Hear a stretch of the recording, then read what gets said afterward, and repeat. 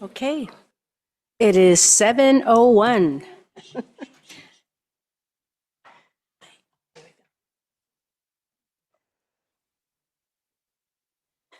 Thank you.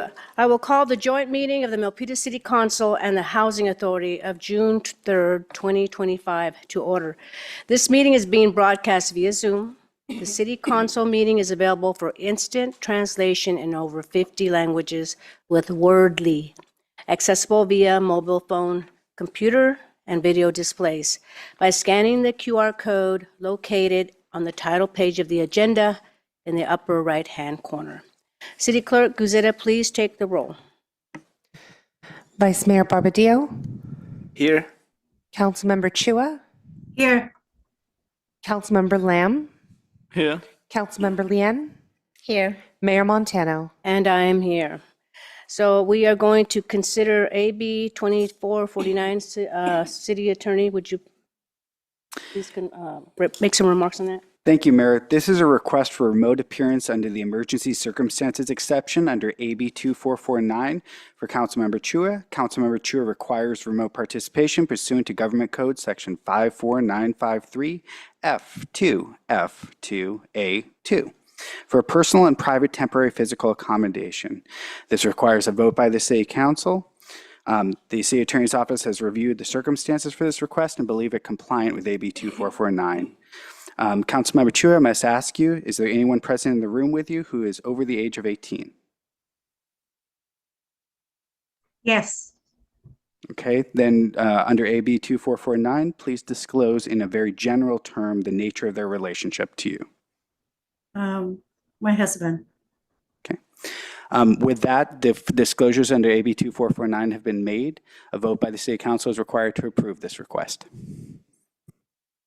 Thank you very much, City Attorney Creech. So now we need a motion and a second.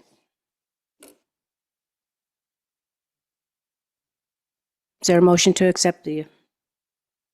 We have a Councilmember Han Lin has made the motion. And was there a second? Second. And it was seconded by Vice Mayor Barbadillo. Okay, so now we'll call for the vote. Vice Mayor Barbadillo, Yes. Councilmember Lamb, Aye. Councilmember Lien, Aye. Mayor Montano. And I'm an aye. Okay, thank you, everyone. Okay, now Oh, let's, sorry, and Councilmember Chua. Councilmember Chua? Aye. Okay, thank you for that. Okay, so now everyone rise for the Pledge of Allegiance. Okay. Would you like to do it? Ladies and gentlemen, the flag. I pledge allegiance to the flag of the United States of America and to the republic for which it stands, one nation, under God, indivisible, with liberty and justice for all. Thank you very much. And so at every council meeting we have, one of the council members or myself, we do an invocation. And this evening is my turn. So I'm going to make a quick one. So this is about relations with others. Do not judge, and you will not be judged. Do not condemn, and you will not be condemned. Forgive, and you will be forgiven. Give, and it will be given to you. A good measure, pressed down, shaken together, and running over, will be poured into your lap. The measure that you use for others will be used to measure you. And when you think about it, it's the law of karma. Whatever you do to others, it will come back to you. If you do good to others, then good will come back to you. So that's my invocation for today. Thank you, everyone. Okay, so now let's move on to the public forum. Members of the public are invited to speak on any item that does not appear on today's agenda. Please note that oral public comment may only be provided live at the City Council meeting in person. Public forum will be limited to. Sorry. Mayor, for AB 2449, public comment will be taken tonight by remotely as well. Okay, that's Everybody got that? Everyone got that? Okay. Okay, so today it will be limited to 3 minutes. Is there anyone from the public that would like to? I have a public speaker card from the Hike Queen Buddies. Welcome. Yes. Yeah, right there in that, Okay. right there. Good evening, all. You might want to put the mic closer to you. There you go. Can everyone hear me? Good evening, all. Madam Mayor Montano, city officials, and esteemed member of Milpitas leadership team. My name is Gunjan Utreja, and I'm proud Milpitas resident, a wellness advocate, and one of the driving forces and leader of High Queen Buddies, a movement rooted right here in Milpitas that has grown into something much larger with a deep impact across Bay Area. Today, I'm here with my fellow High Queen community leaders and members as the founder of wellness-focused outdoor app My Trail Pals, a passionate hiker, and I'm someone who believes deeply in power of nature, connection, and community to transform lives, especially women's lives. So thank you for giving this opportunity to share the story and vision of High Queen Buddies. Who we are. High Queen Buddies, or some call it as HQB now, started with a simple yet powerful idea, helping women reclaim the outdoors. What began as a handful of women walking local trails in Milpitas has grown into a vibrant, supportive community of nearly 1,000 women across Bay Area. And Milpitas remains our home base and our heart. Our impact. Today, to the date today, we have hosted over 400 hiking and walking events across all regional parks and open spaces reserves in and around the Bay Area. From the trails of Milpitas and San Jose to the scenic landscape of Fremont, Pleasanton, Walnut Creek, Los Gatos, Cupertino, and beyond. Always with the focus of inclusion, safety, and sisterhood. The impact has been deeply meaningful. These aren't just events, they are the sanctuaries where women of all ages, ethnicity, and backgrounds come together. Moms find genuine sisterhood and shared understanding. Newcomers discover a beauty of local nature and forge meaningful connections. Physical and mental well-being are elevated to their rightful priority.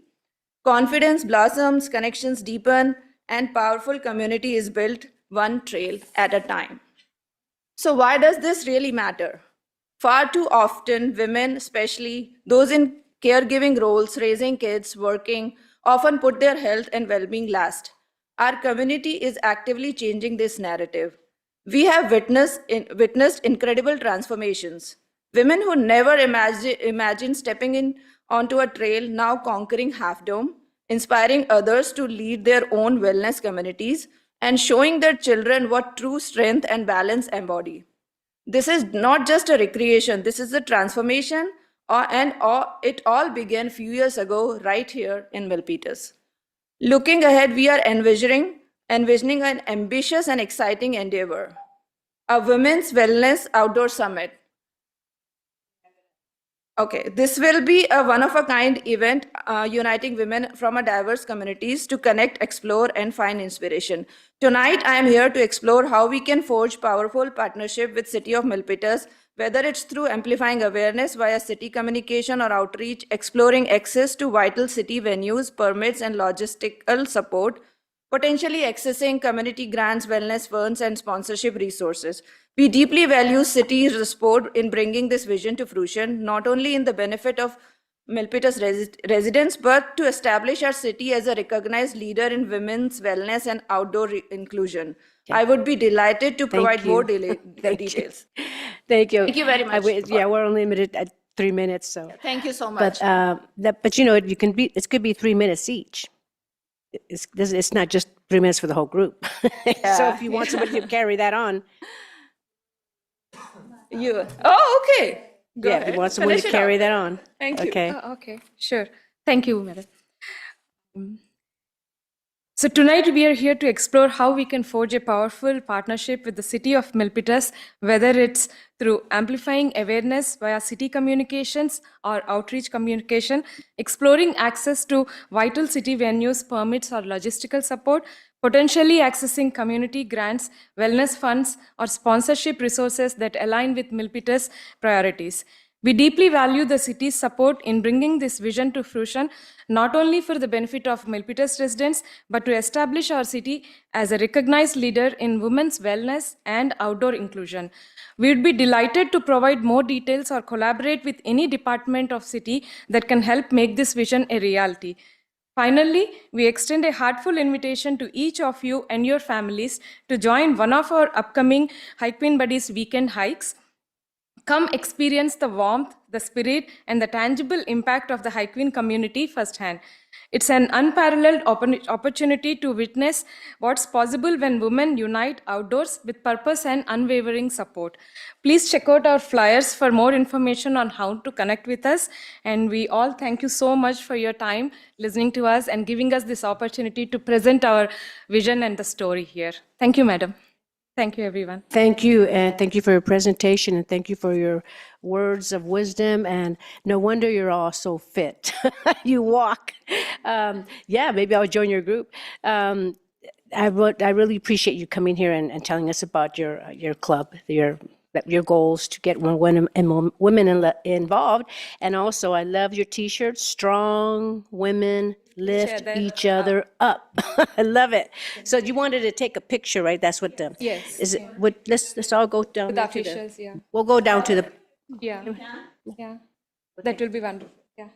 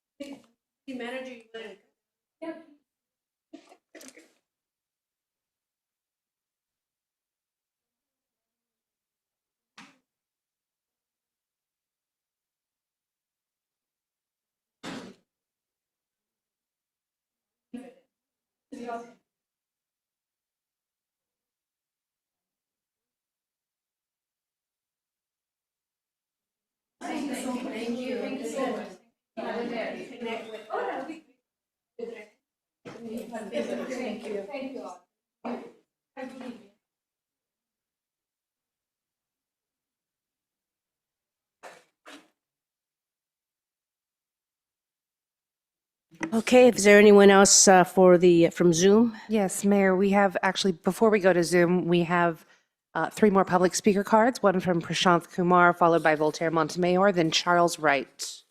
Hello, welcome. Hi, good evening, Mayor, Vice Mayor, and Council members.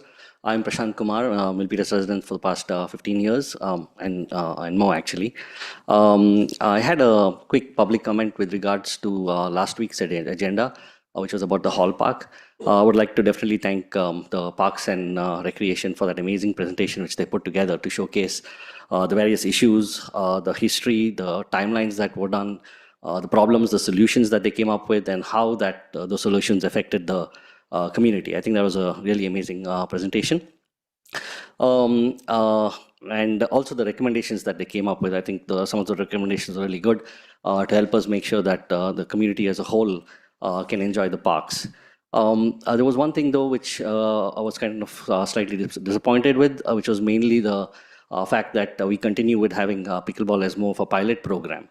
Now I know that there are still a few more recommendations that are going to be in place, but one of the things that affect the pilot program is the fact that the courts still remain multi-use, and because of that, the lines and additional lines are there, which make the court kind of slippery as well, right? So if we could kind of make that if we could allocate some of the money which you had graciously approved last time to actually make these courts a little better, that would definitely help the pickleball community. And when what I'm talking about is more about using the outside area where people could wait and make it into more of a warm-up area, which would help both tennis and pickleball, and keep people outside of the courts, right? So things like that, which were actually pushed out saying that it's a pilot program, so we can't really put in money and effort on this, would definitely help make the experience much better. right? And I know that you have decided that you would look for a home location for pickleball in Milpitas. That I feel is going to take a lot more time and effort. I know you're starting a study with it, but in the meanwhile, we definitely need place that we can use. Another thing which I would like to kind of bring up is also with regard to the timings. Timings were reduced to 9 p.m. And I think at this point, with the sound barriers and all in place, it would be good if we could continue till about 10, which is the normal close time. Not only for pickleball and tennis, but there are people who play soccer, frisbee, walking dogs, play in that area, right? Some of the concerns which were there, unfortunately, even though it was not related to pickleball, I think they are being associated with pickleball. But I think some of them is being addressed in terms of the parking, making sure we have proper parking slots so people know where to park. And also in terms of the noise, I mean, after pickleball is done, the noise level should go down, but it looks like there were complaints about people waiting around in the park and continuing to talk. So I think those can be addressed with the normal procedure, wherein if there is a problem of nuisance, they can be called in. So it's not really related to pickleball. So looking forward to see if you could help us with making the pickleball experience better at Hall. Thank you. Thank you. Is there anyone else? Next, we have Voltaire Montemayor, followed by Charles Wright. So welcome, Mr. Montemayor. Thank you. The mayor, vice mayor, members of the city council, city manager and staff. Voltaire Montemayor of Milpitas, thank you. Let me start off acknowledging the invocation of the mayor. I like that. Forgiveness. That's one of the things there. The previous speaker, I'm around that area. Never know. We may have a building, parking space there and grandstand. But the main thing now is the city is helping, doing its best. We have now 6 pickleball courts. Hopefully it could be permanent and safe. As of now, I believe there is a big improvement to make the players play safe. Yeah, I almost cried when the Queen, the ladies group, the Queen ladies were here. From my grandmothers, my mother, my wife, my aunts, sisters, nieces. Without their guidance to me, without their help, I'm not here standing in front of everybody or talking. I'll mention one. I am the calculator of my mom when we have a business in the Philippines. I do the simple one, addition and subtraction, to have a simple business of buy and sell. My father passed away when I was gonna be in grade 1, but I didn't go. My father was in USAP and got sick, and he died before I went to grade 1. But anyway, my father was tough. I cried him being tough.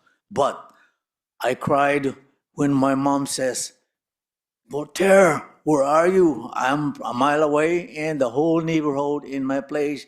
Voltaire, Voltaire, Voltaire, Voltaire, Voltaire, Voltaire, Voltaire. I ran to my house. In other words, that's the leadership of women in our city. We have great leaders, women leaders. I'm not discounting the great men leaders also. We're all leaders, and I salute to the ladies that were here, the hike group. Thank you. Thank you, Mr. Montemayor. Next, we have Charles Wright. Welcome, Mr. Wright. Hello, council and other members. Hi, most people know me. I've been with the city for a long time. I've been a resident of the city for 40 years, my wife 50 years. My wife, just to let you know, updated her cancer's gone. And but she lost 60 pounds, which is a good thing, just to let you know, so that's a good thing. But she's on the road to recovery, everything's looking up. But I just want to let you know, I know it's budget time and everyone's talking about budget. I get it, that's fine. But I just want to let you know that, I just want to make you aware, I mean, Carmen, I'm sure knows where you live.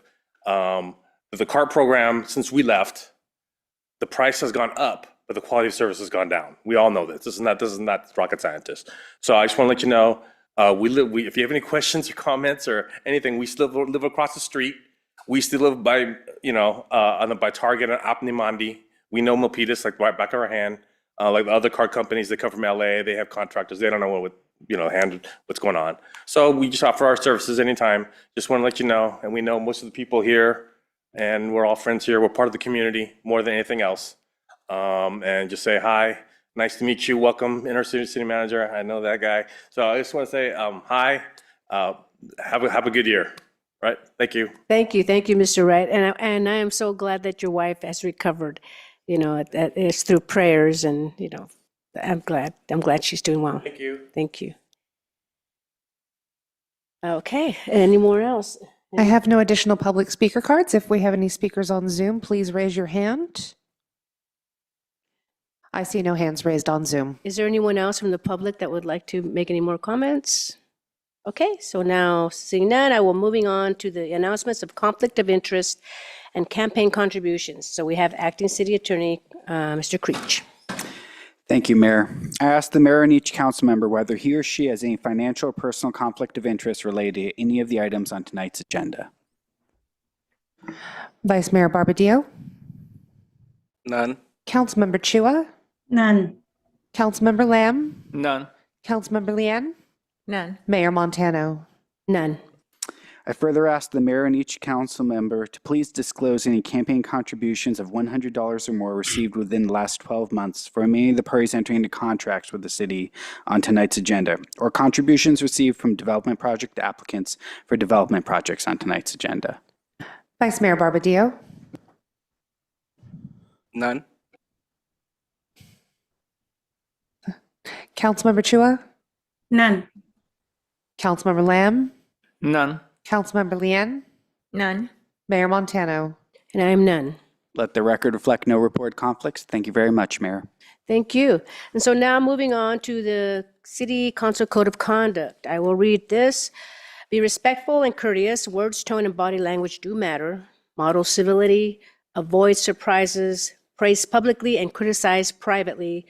Focus on the issue, not the person. Refrain from using electronic devices while on the council dais.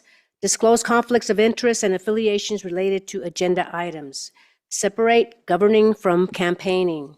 The council speaks with one voice after making policy on issues. Respect the line between policy and administration. Council will hold one another accountable to comply with this code of conduct. And now I'm moving on to the approval of the agenda. Would anyone like to make a motion to approve the agenda? Or if there's anyone that wants to make any changes before we approve the agenda? Seeing none, let's have a motion and a second. And we have Councilmember Lynn. Yes, Mayor, move to approve. we had a the- hand up from Councilmember Chua as well. I'm sorry, I didn't hear you. We had a hand up from Councilmember Chua on Zoom as well. Okay, Councilmember Chua, Councilmember Lynn has made the motion. Would you like to second that? Yes. Okay, so it was motion by Councilmember Lynn and seconded by Councilmember Chua. And so now we'll call for the vote. Vice Mayor Barbadillo? Aye. Councilmember Chua? Aye. Councilmember Lamb? Councilmember Leanne? Aye. Mayor Montano? And I am an aye. Okay, thank you, everyone. So now moving on to the consent calendar. Staff, do you have any comments on the consent calendar? Okay, and is the consent calendar okay to proceed as agendized, or does anyone want to pull anything out from there? Seeing none, I would like, sorry about that, I see you. Yes, I would like to pull C7, please, for discussion. Which one? C7. C7, and that one is? The Let me read it. MTC and the TOC policy. That is the one for adopt a resolution expressing the city commitment to achieving compliance with the Metropolitan Transportation Commission, MTC. Okay, so that one is pulled. C7. Is there anyone else that would like to pull any other item? Okay, Seeing none, we will go ahead and, I move to approve the consent item except for C7. Sorry, we need public comment first. is there a public, any comments from the public regarding this? I And the don't consent- have any speaker cards for the rest of the consent calendar. I have one for C7, but we'd call that with the item when we hear it later today. When we come up to that. Is there anyone from the audience that would like to make any comments on the consent calendar? Okay, so. And then I don't see any hands raised remotely. It does appear Councilmember Chua has her hand raised. Councilmember Chua? I just want to second Councilmember Lin's motion. Okay, so it was moved to remove C7 from the consent calendar and is seconded by Councilmember Chua. And now we'll call for the vote. Vice Mayor Barbadillo, Aye. Councilmember Chua, Aye. Councilmember Lamb, Aye. Councilmember Lian, Aye. Mayor Montano. And I am an aye. Okay, great. Okay, so now moving on to public hearings. So City Manager. Yes. We're going to start with items 12 and 13, and we're going to have one presentation on just the fundamentals of a lighting district, and then we'll have public comment for each item separately as well as a vote for each item separately. So we thought we'd just consolidate the lighting district, lighting and landscaping district into one.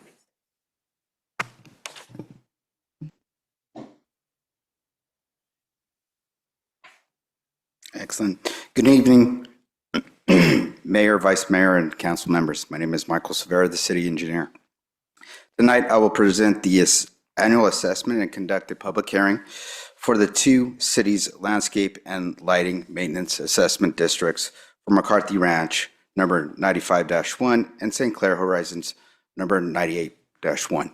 Next slide, please. Both districts provide funding for the city's maintenance and improvements of the special benefit that is associated with aesthetics, safety, and economic activity. McCarthy Ranch was created in 1995 and includes the maintenance and landscaping, irrigation system, pedestrian lighting, gateway columns, and entry improvements along North McCarthy Boulevard between 237 and Dixon Landing Road, and portions of Ranch Drive. The green highlighted area in the image to the right shows the district area. St. Clair Horizons was created in 1998 and includes the maintenance of the landscaping irrigation systems and pathway improvements adjacent to the St. Clair Frontage Road and Las Coches Street, constructed as part of the St. Clair Homes residential development. The green highlight area to the image to the left shows the district areas. Next slide, please. The annual assessment process and administration for both LMDs are governed by the Landscaping and Lighting Act of 1972 and require City Council to initiate preparation of the annual engineering report that was completed on March 4th, approve the annual engineering report and assessments completed on May 6th, and conduct a public hearing and adopt a resolution confirming annual and assessment and ordering the levy for the district, which is brought forward tonight for council's consideration. Next slide, please. The McCarthy Ranch LMD includes 45 commercial and industrial parcels. According to the engineering report, the estimated budget for the maintenance and services of the district is $448,957 for fiscal year 25 and 26. The estimates per lot square footage is 3.81 cents, which does not exceed the maximum allowable rate of 5.72 cents. The rate for fiscal year 25-26 will remain the same as the previous fiscal year, as there are sufficient funds in the operating reserves. Next slide, please.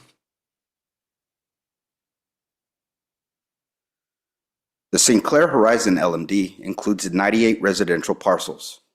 According to the engineering report, the estimated budget for the maintenance and services of the district is $52,765 for fiscal year 25 and 26. The assessment rate per lot is $538.41, which also does not exceed the maximum allowable rate of $591. The rate for fiscal year 25 and 26 will also remain the same as previous fiscal year rate. Next slide, please. Recommendations. Open the public hearing and receive any comments and move to close the hearing following the testimony for both LMDs. Adopt a resolution confirming assessment and ordering levy for the landscaping and lighting maintenance assessment district number 95-1 McCarthy Ranch for fiscal year 25-26. And also adopt a resolution confirming the assessment and ordering levy for landscaping and lighting maintenance district assessment district number 98-1 St. Clair Horizons for fiscal year 25-26. This concludes my presentation. I'll be happy to answer any of your questions. Thank you. Thank you very much, Michael. And now we'll move on to public hearing. I have no public speaker cards for this item, Mayor, and it appears there are no hands raised on Zoom. Thank you. Is there anyone from the public that would like to make any comments on this item? We'll have Mr. Montemayor come on up.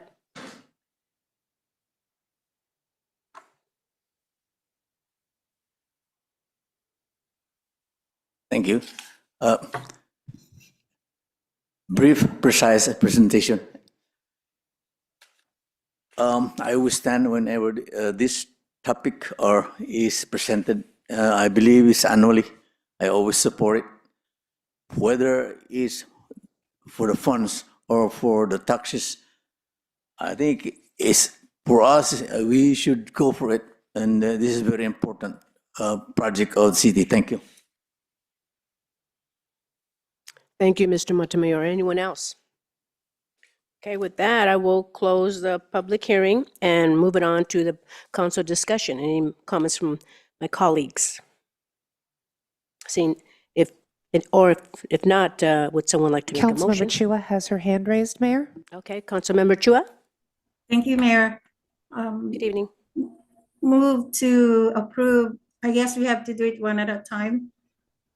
Item number 12. Okay, so it's moved by Councilmember Chua. Is there a second?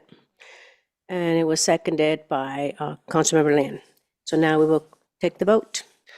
Vice Mayor Barbadillo, Aye. Councilmember Chua, Aye. Councilmember Lamb, Aye. Councilmember Lian, Aye. Mayor Montano. And I am an aye. Thank you. So now, City Manager, the next one. The next item is the assessment district number 98-1, Sinclair Horizon.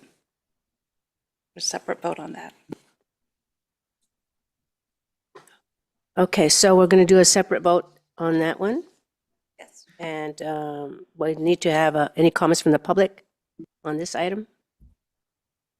Seeing none, we'll close the public hearing, and I need a motion and a second.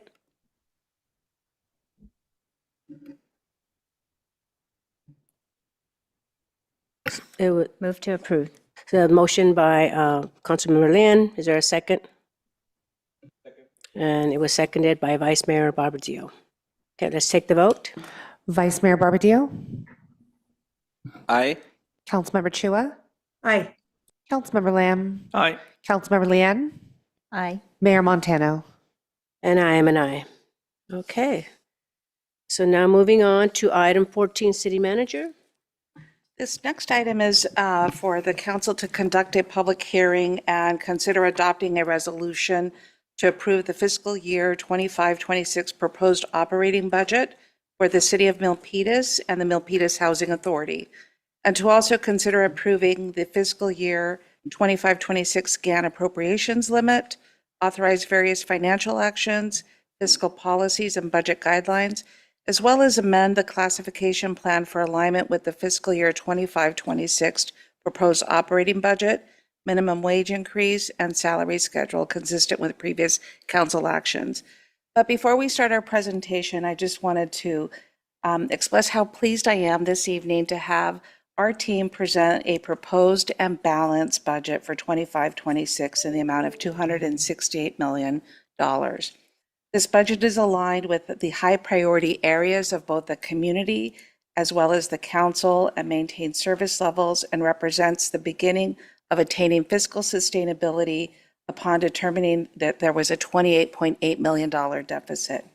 I want to thank the City Council for working with the team to focus on real fiscal solutions, and the team has appropriately stepped up to the challenge and performed.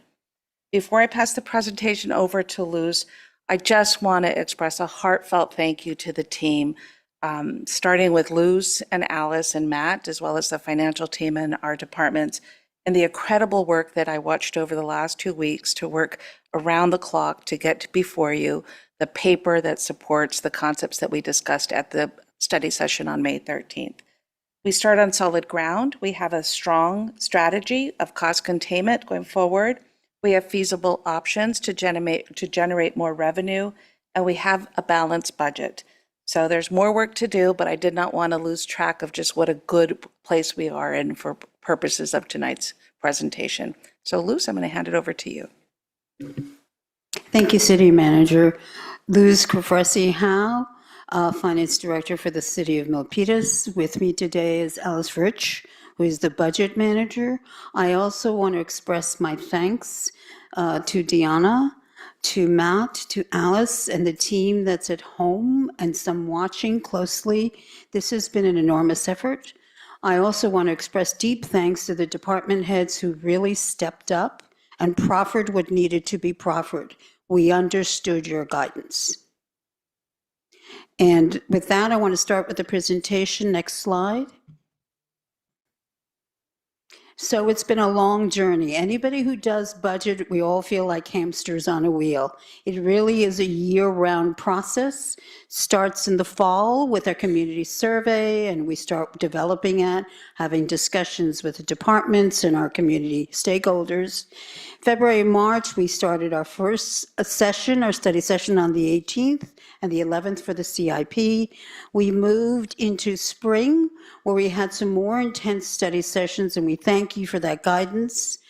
We had several discussions with our employees, as well as reaching out to the community and got some information back to them. We had our last budget session May 13th, and we have some further guidance, as well as putting some proposals for FY 25-26 in front of you. And then May 15th, Deanna had a city manager town hall with our staff. So that was a citywide discussion of the budget to date. And finally, here we are today with the City Council budget adoption that stands before you today. After the item, you will be hearing the operating budget from me, and then later from the Public Works team, you'll hear about the capital improvement program. And we still have work to do that we'll be discussing at the end. Next slide, please. You've seen this before. This was how we looked like February 18th, with a fairly tragic strategic structural deficit of 28.5 at 2029-30, and at 3.1, we were looking at a 3.1 structural deficit on an annual basis in FY 25-26. And after we went through the journey that we pictured on the place before, if we could go to the next slide.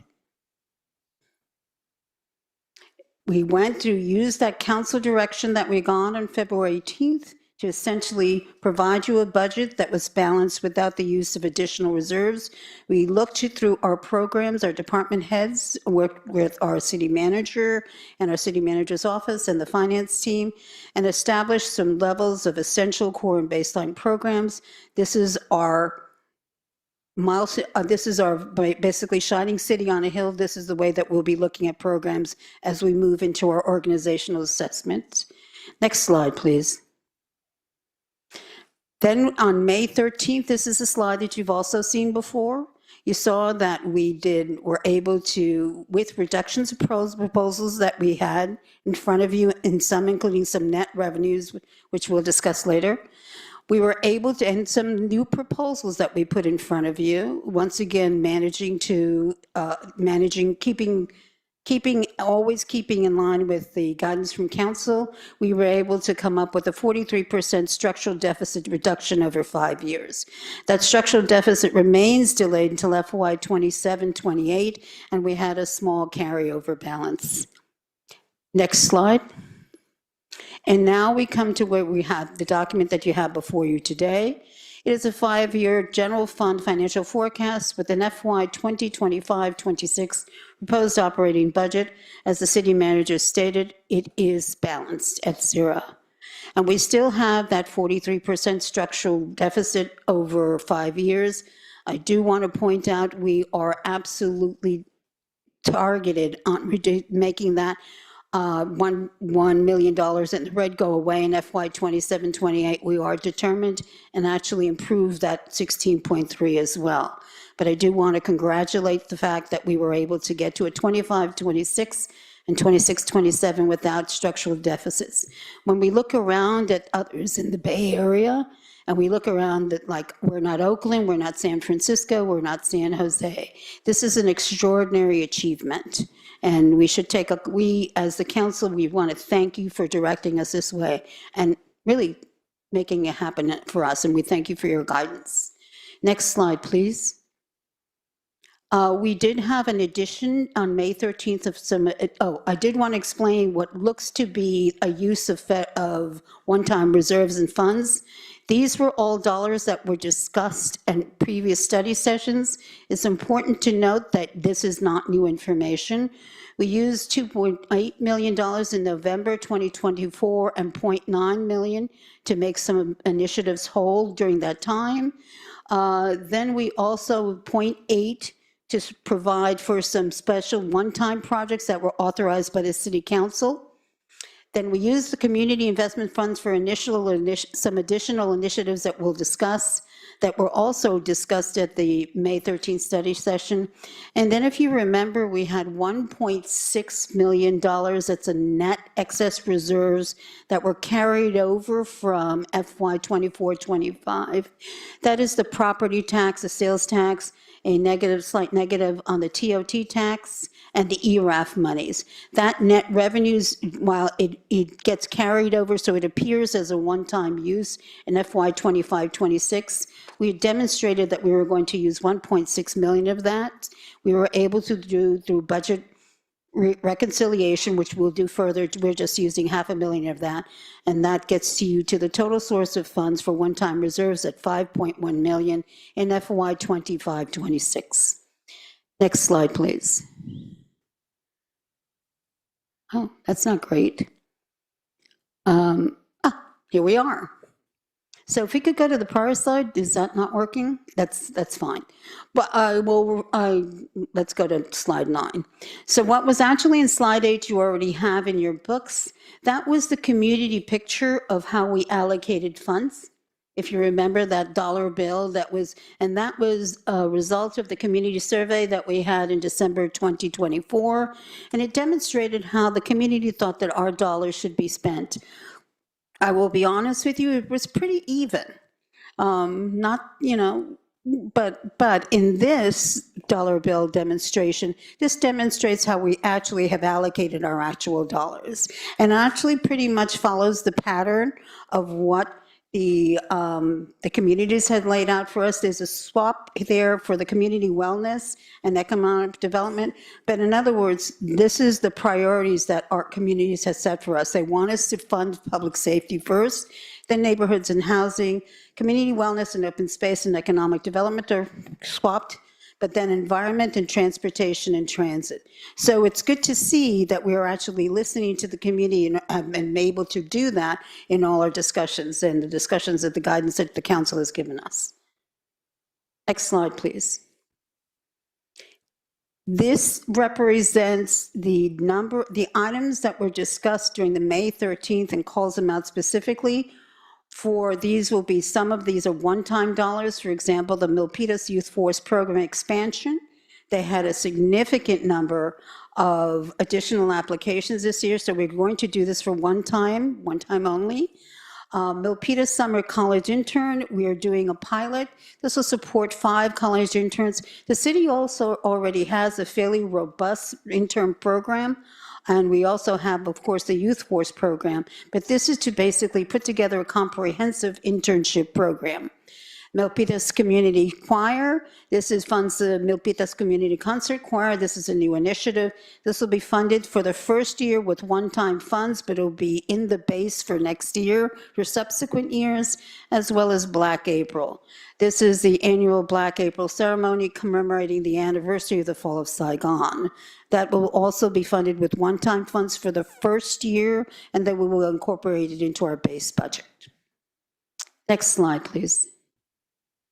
Proposed budget highlights. The key highlights of the adopted budget include, I'm not going to repeat too much of this because Yana and I have already spoken about this, but it is a balanced budget.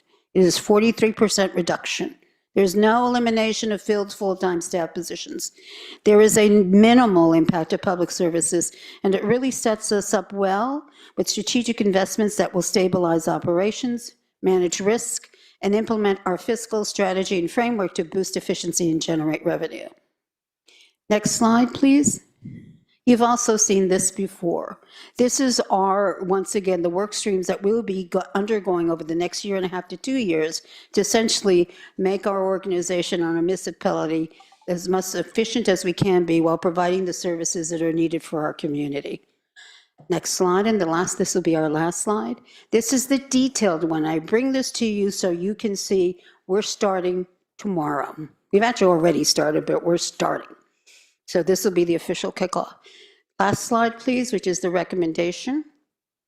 I won't read this to you. This has already been read to you, but essentially we're asking for your vote to conduct a public hearing and adopt the following resolutions to adopt the proposed FY 25-26 operating budget. I thank you for your time, your attention, your guidance, and we are here to answer questions at your pleasure. Thank you, Luce, for your presentation. Really great work. We'll move on to the public comment, public hearing on this item. I have no speaker cards, Mayor.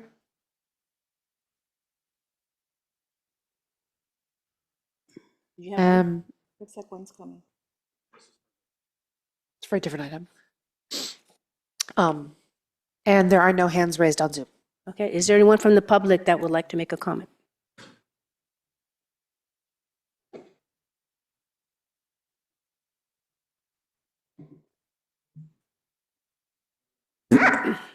Voltaire, Montemayor, Milpitas, great presentations. Yeah, not always, but I try to be here whenever we have meetings, especially this financial report. Yeah, at least it's still kind of break even until year 2026. I don't want to mention the probable problem of its nationally with the tariff effect. But at least when we, and I'm not touching our reserve investment. It depends on the economy index probably. Am I right? Sorry if I'm trying to mention something.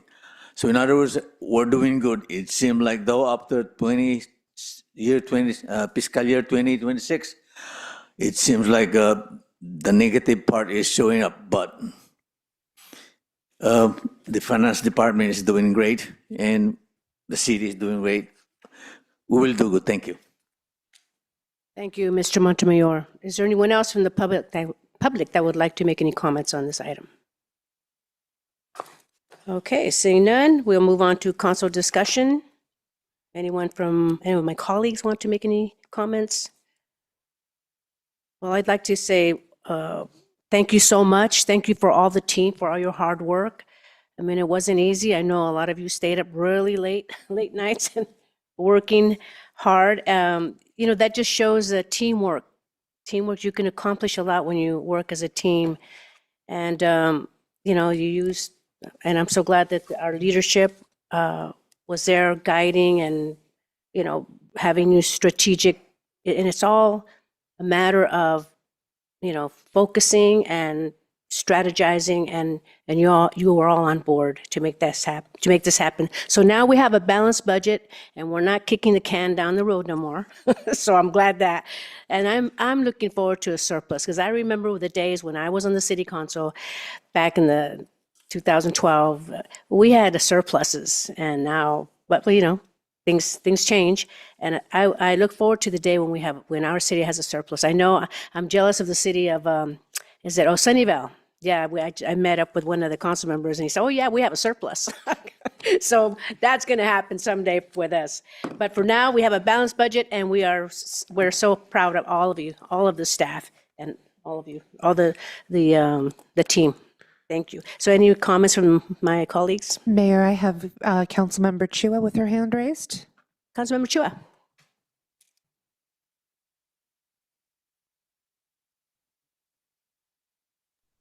Thank you, Mayor.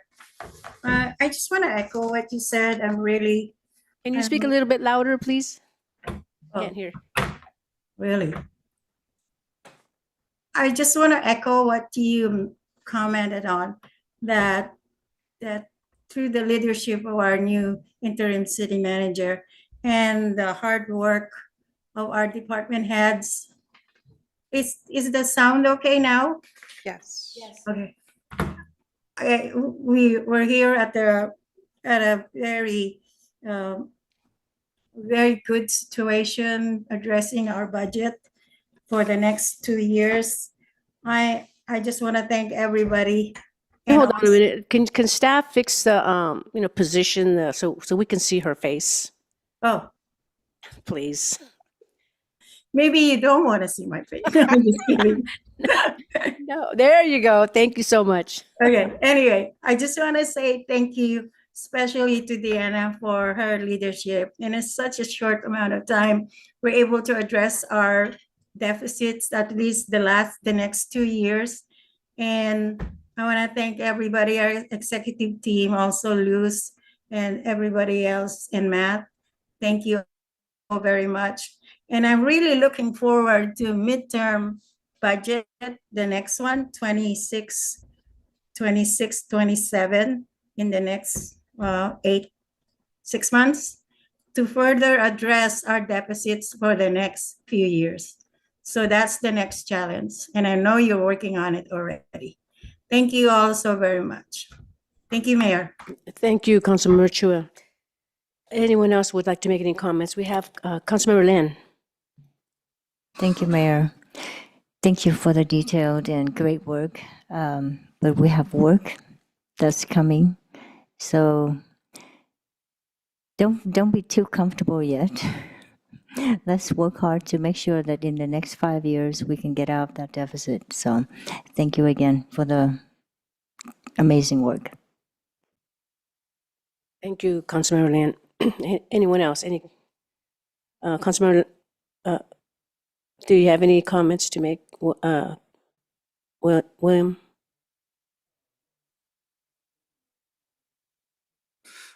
Actually, can you go back to slide number 6? Just have a small questions.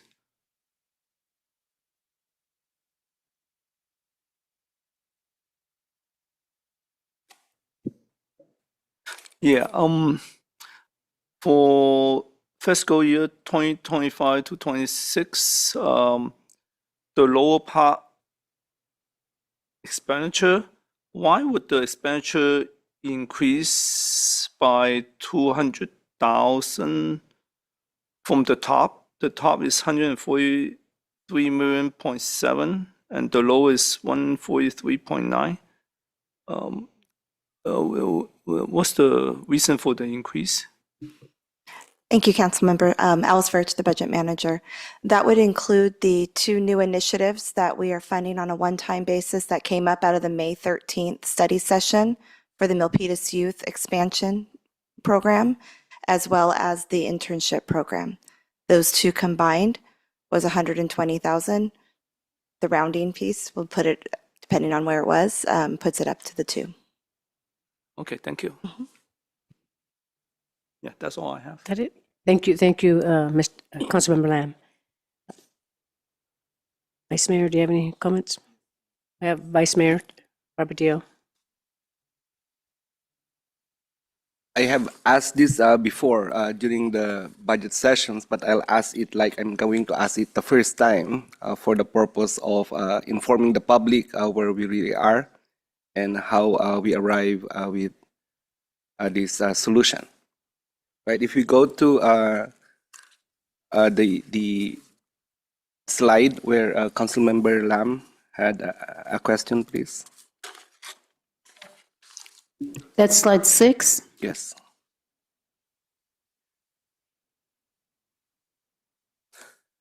So what I understand is the first forecast, we did have the above table, the one with a 28.5 million deficit, right? That was early on in February.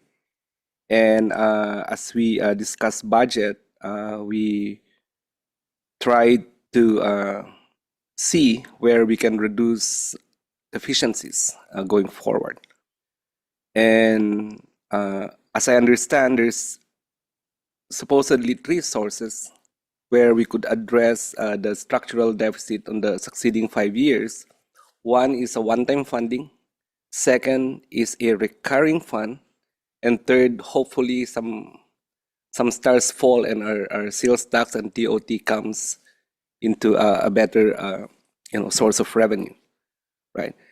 And when we look deeper on it with the leadership of the new interim city manager and the very able staff, we devise a plan, a structure to address the deficiencies for the next 5 years. And we came up with a plan. If we could go to that slide where there's a cost allocation and things like that, please.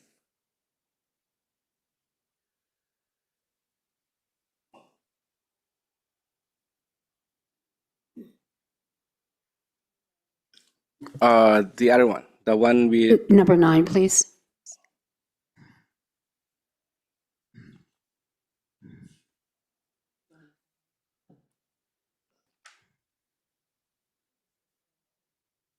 right, the framework. Advance about 3 slides. Slide 9, please. Right. Well, we browse and look for that slide. I believe the policy consideration for the council in trying to address the structural deficit is through hierarchy.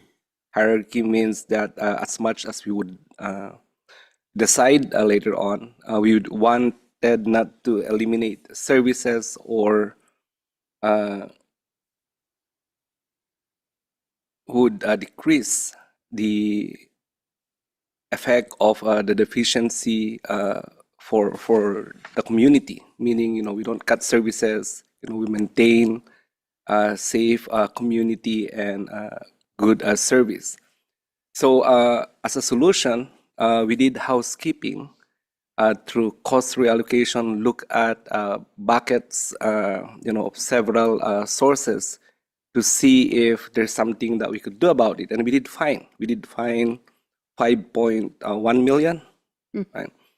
So that 5.1 million is coming from mostly reserves. Reserves in a sense that it's been there. We're not taking it from general fund, but it's things, if we can show that for the public. Yep. The one with 5.1 million. Yeah. Right. Slide 7, please. Right. So this is the first way we tried to address the deficiency. We look at sources of funds inside our existing buckets and found out 5.1 million as one-time funding. Correct? If I may? Yes, please. All right. So a couple of these actions were taken prior to the budget process, and they were using one-time funds. That would be the Public Employees Retirement System action, the Future Deficit Reserve action. And then we use future deficit reserves to support one-time projects authorized by the City Council. So that was a deliberate action on the part of the city council. Then for the other ones that we presented today, such as the community choir, the expansion of the youth force and of our internship program, along with Black April, that was the use of the community investment funds, which is also pretty much one-time funds. Where you'll see here is that we've actually used 0.5. We had roughly 1.6 in net excess revenues that we realized in FY '24-25. And those, the way it is a budget, it is a fiscal reality that those do not stay as active funds. They get rolled down through the waterfall. And even though it appears as if it's use of one-time funds, in reality, we're using those funds that were discussed at prior study sessions. So again, we are, but if you go back, if we could go back to one slide, I think, hang on a second. Slide 8, please. The improvements that you see net are the reductions overall in recurring expenses. That is why you see a significant reduction from 28.5 to 16.3. The one-time just helps us in year one. But the reductions that we took as part of the actions of the several study sessions that we had, and the council reviewed and approved, such as reductions, some reductions in not even, there were minimal reductions of levels of service. For example, we reduced the fire department by 1 fire prevention inspector and a building inspector. Both of those are supported by ongoing development costs. And so since we don't have sufficient ongoing revenues to support those positions, we reduced the level of service because the service is required, the service demand was not there. And so those actions that we took, taking reductions of levels of service, as well as appropriate cost efficiencies and allocations of putting money where they belong, once again, all recurring reductions resulted in that reduction from 28.5 to 16.3. Okay, that's just the big picture, right? Let's focus on 24 and 25. Yes. Originally, there is a deficiency of 3.1 in 25. So here's a simple question. Where did we get the 5.1 to address 25-26 deficiency and reduce it to a balanced budget?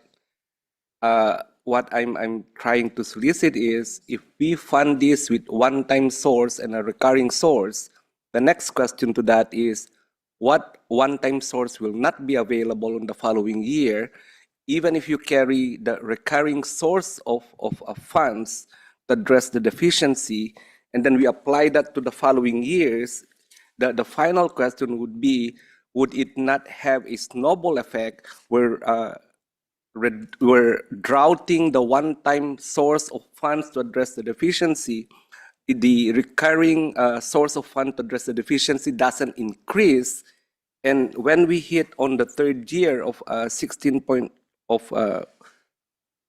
the third year deficiency, would the leftover recurring source of fund to address deficiency would still be available or enough to cover the third year? So let me, yeah. So let's look at the same chart because that's an excellent opportunity to walk through the numbers. The explanation for your question is in the expenditure line, not in the one-time. So if you look at fiscal year 25-26, we are at 143.7, and then if you look at the bottom chart, which is the amended, it's 143.9, and that was explained by Alice earlier.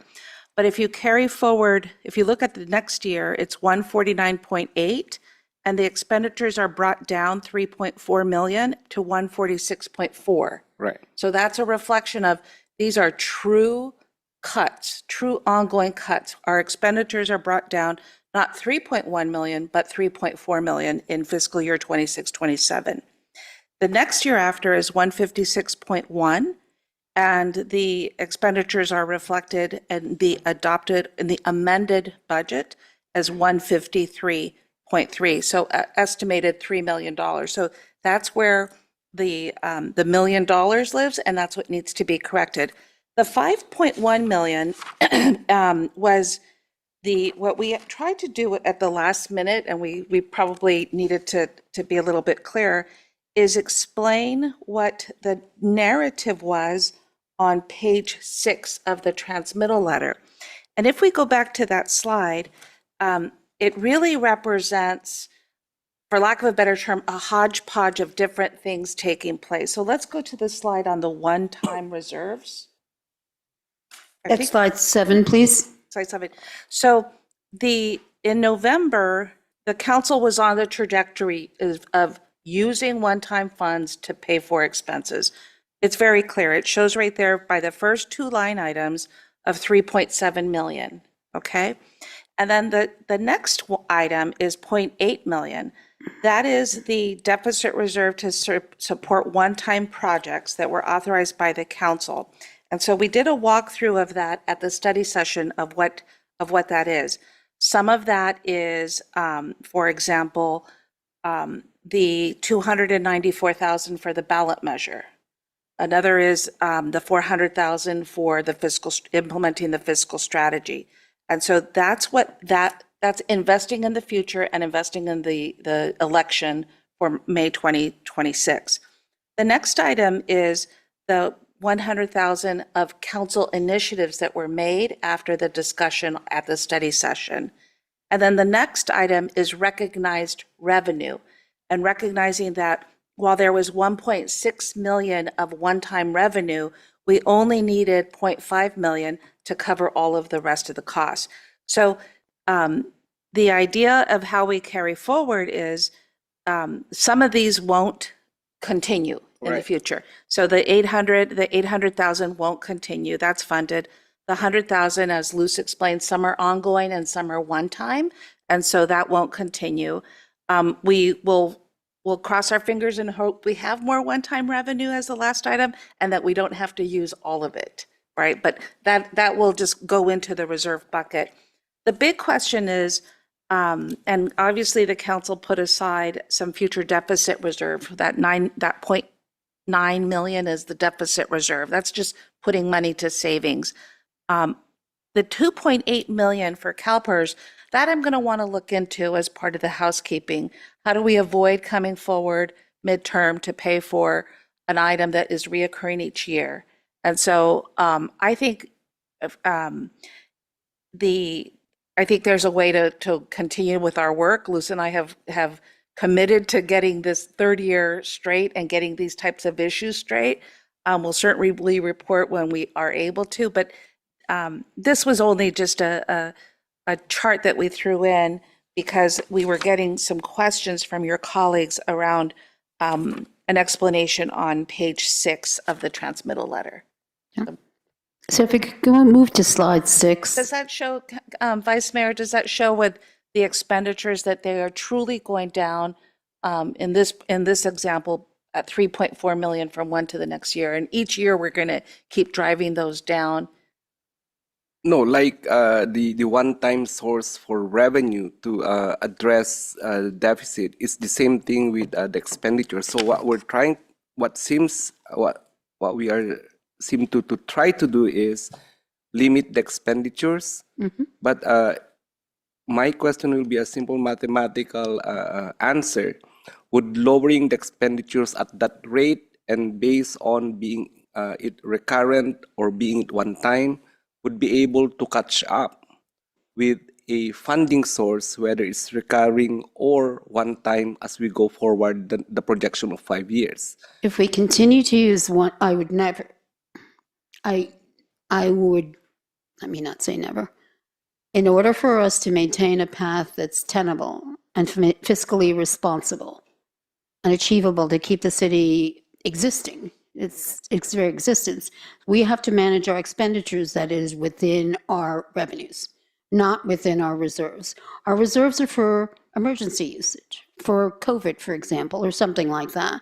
So the intention here over the next year and a half is really to analyze how we can do that. So we can get to a stage where we are looking once again at surpluses, but that is going to require work. And it is going to require reductions of levels of service somehow.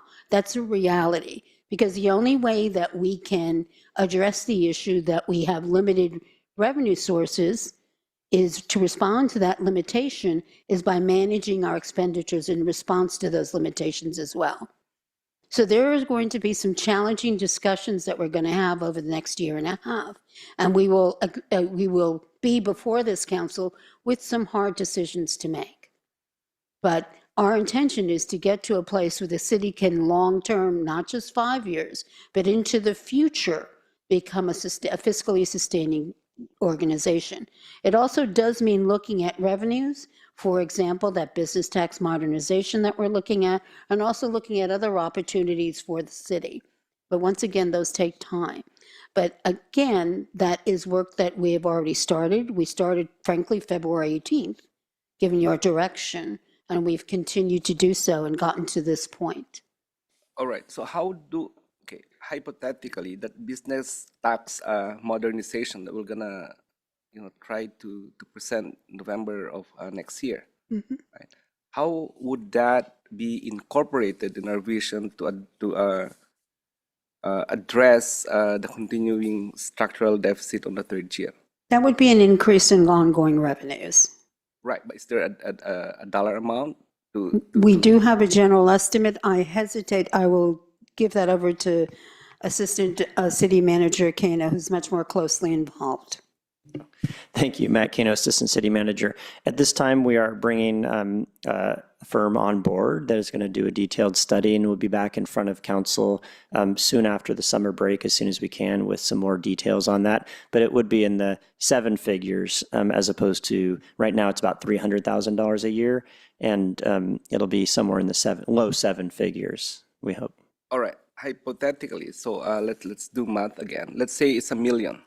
And let's say it will gracefully pass the voters in November of 26. How would that be incorporated on, and considering the rate that we're trying to lower the expenditure based on recurring and one time, and based on trying to address the deficiency on recurring sources and one-time sources, right? And everything will meet at some point. Right. So let's assume that we're successful on that business tax modernization for $1 million. Where will that put us on the rate that we're going the first 2 years on the third year when it lands? It will slow down the rate we would be out of 27, 28 and push that back again. But that would reduce, if you think about it this way, let's say we start collecting it in 27, 28 for simplicity.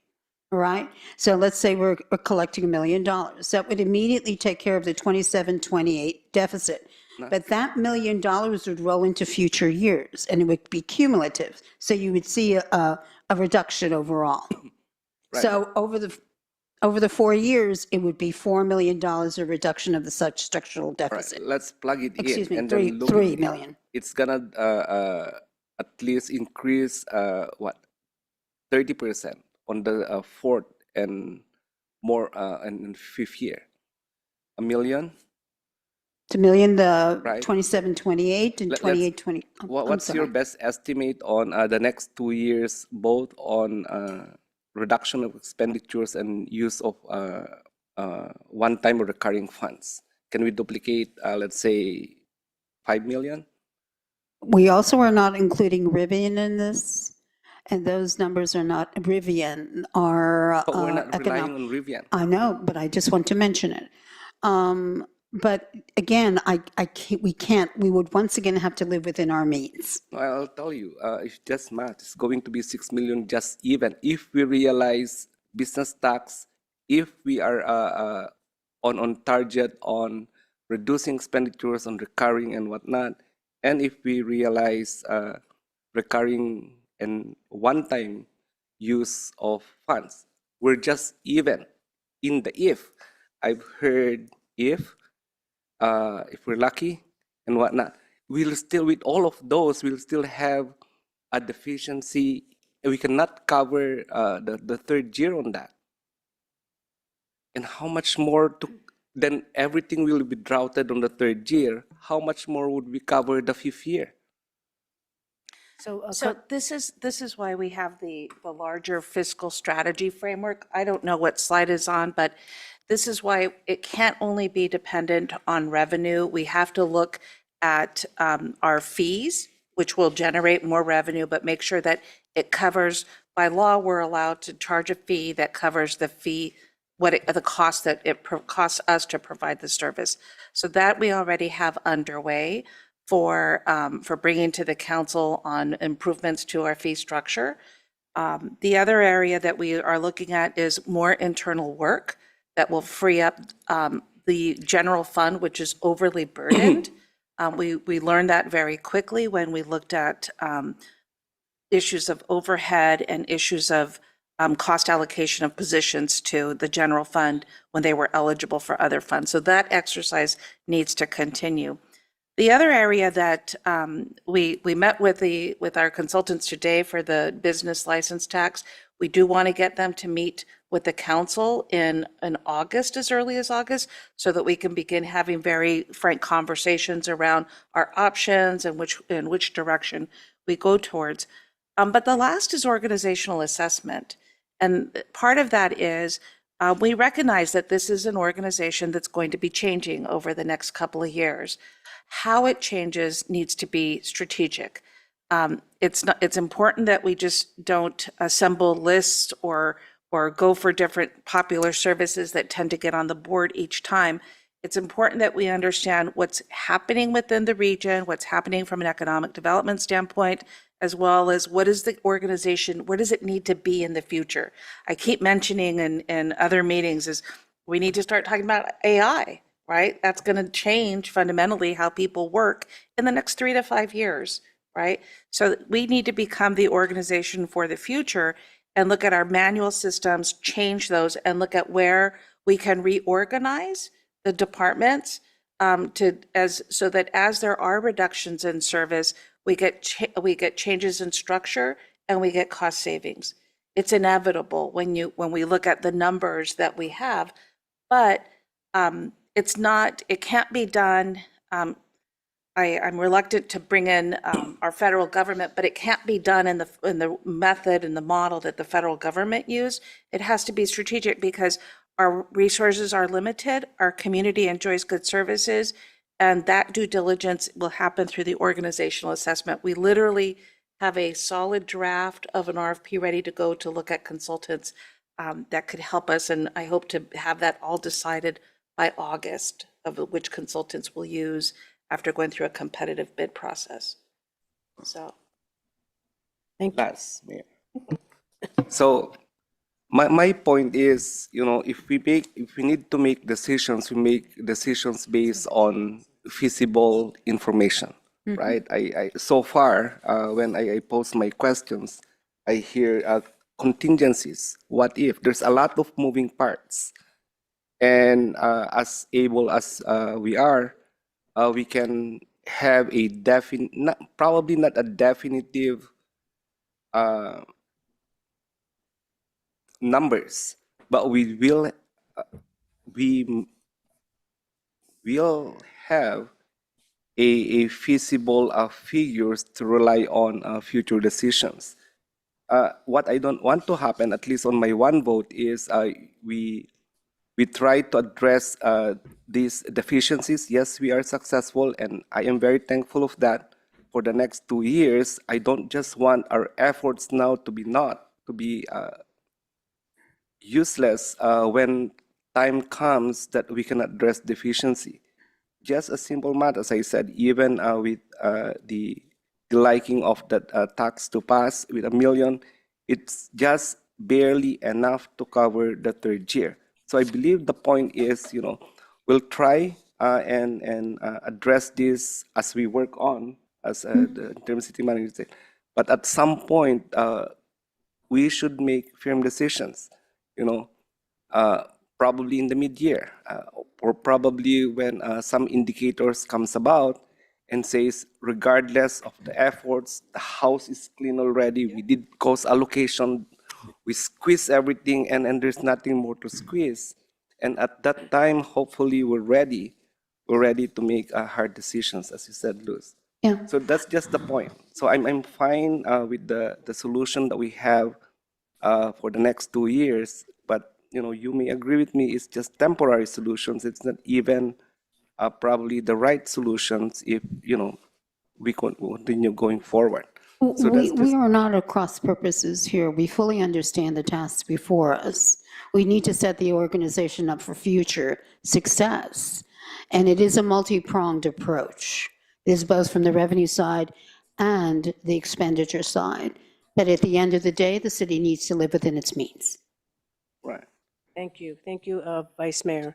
So, yeah, we all know that this is, it's not over yet. There's a lot more work to do, just like Councilmember Leanne had mentioned. There is a lot more work to do.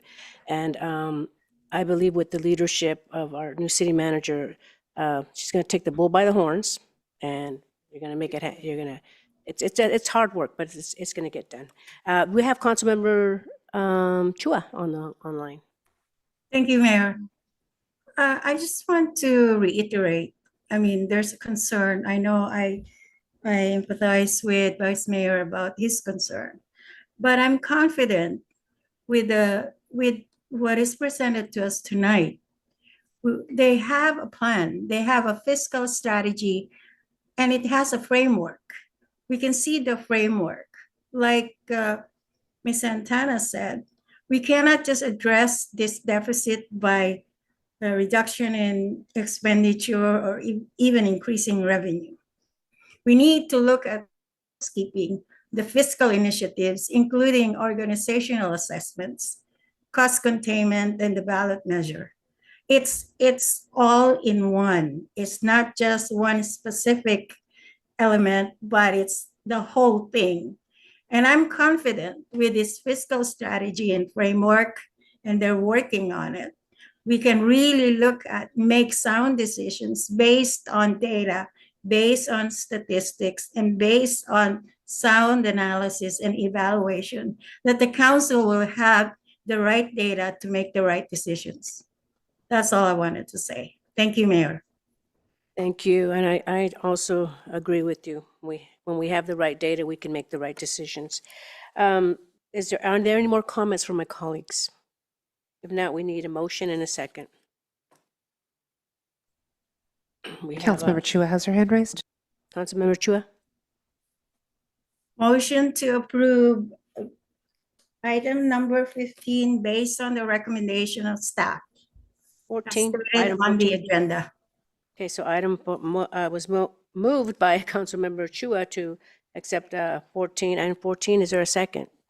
And we have a second by Councilmember Lynn. And now we'll go for the vote. Vice Mayor Barbadillo. Yes, with reservations. Councilmember But it's a Chua. yes. Yes. Councilmember Lamb. Aye. Councilmember Leanne. Aye. Mayor Montano. And I am an aye. Thank you. Thank you, everyone, for all your hard work. And so now, City Manager, item 15. Item 15 is conducting a public hearing and adopting council's consideration of adopting a resolution approving the proposed 26 through 2030 capital improvement program. And I finally get to meet Lihak, right? Lihak. Thank you. Thank you for all your hard work. I've been seeing tons of emails from you on this project. Thank you. All right. Thank you, City Manager Diana. Good evening, Mayor Montano, Vice Mayor Barbadillo, Councilmember Chua, Councilmember Lians, and Councilmember Lam, Liha Iem, Public Work Division Managers of the Engineering Divisions. Tonight, we will discuss the proposed 2026-2030 Capital Improvement Program. Next slide, please. This is a CIP calendar showing the timeline and the actions that we have completed to date.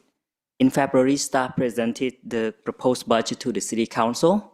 And in early March, the Park Recreation and Cultural Resources Commissions recommend the approval of the Park section to the City Council.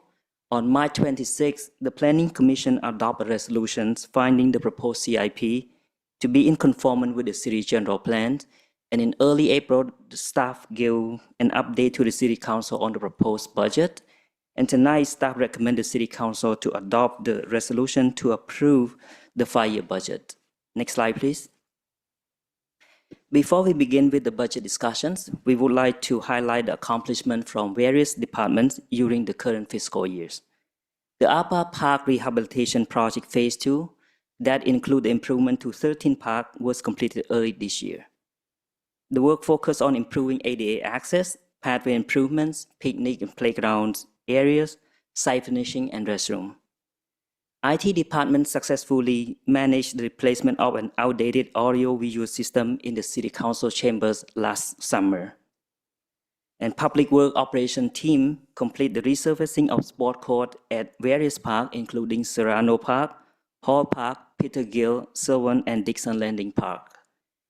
The traffic engineering successfully completed the street resurfacing 2024 Phase 1 along Greatmore Parkway from I-80 to McCandless Drive and Thompson Street and Court.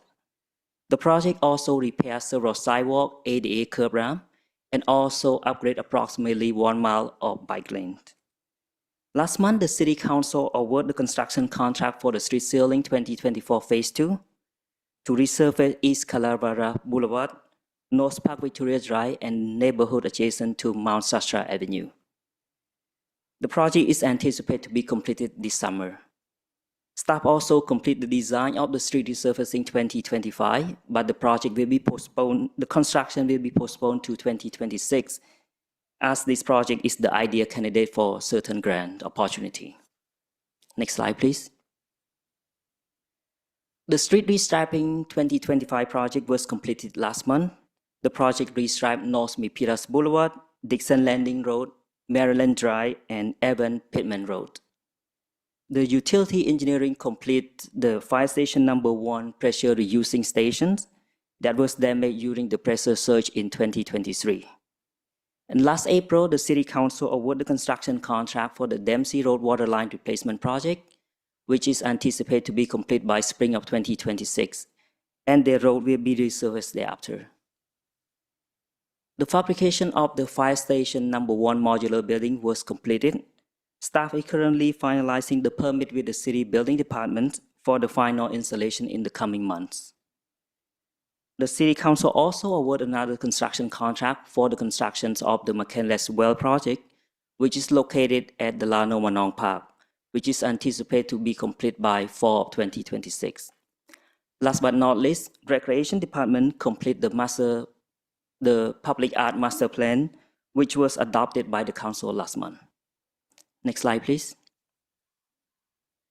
Next, we will discuss the proposed 5-year budget of the Capital Improvement Program. Next slide, please. The 5-year Capital Improvement Program that is brought forward tonight consists of 147 projects for an estimated budget of $246 million.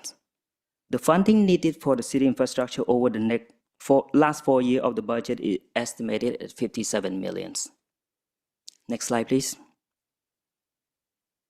Here is a summary of the proposed funding for each category in fiscal year 25-26, which will be effective starting July 1st. Staff recommend funding 38 projects for the budget of $38.7 million. Next slide, please.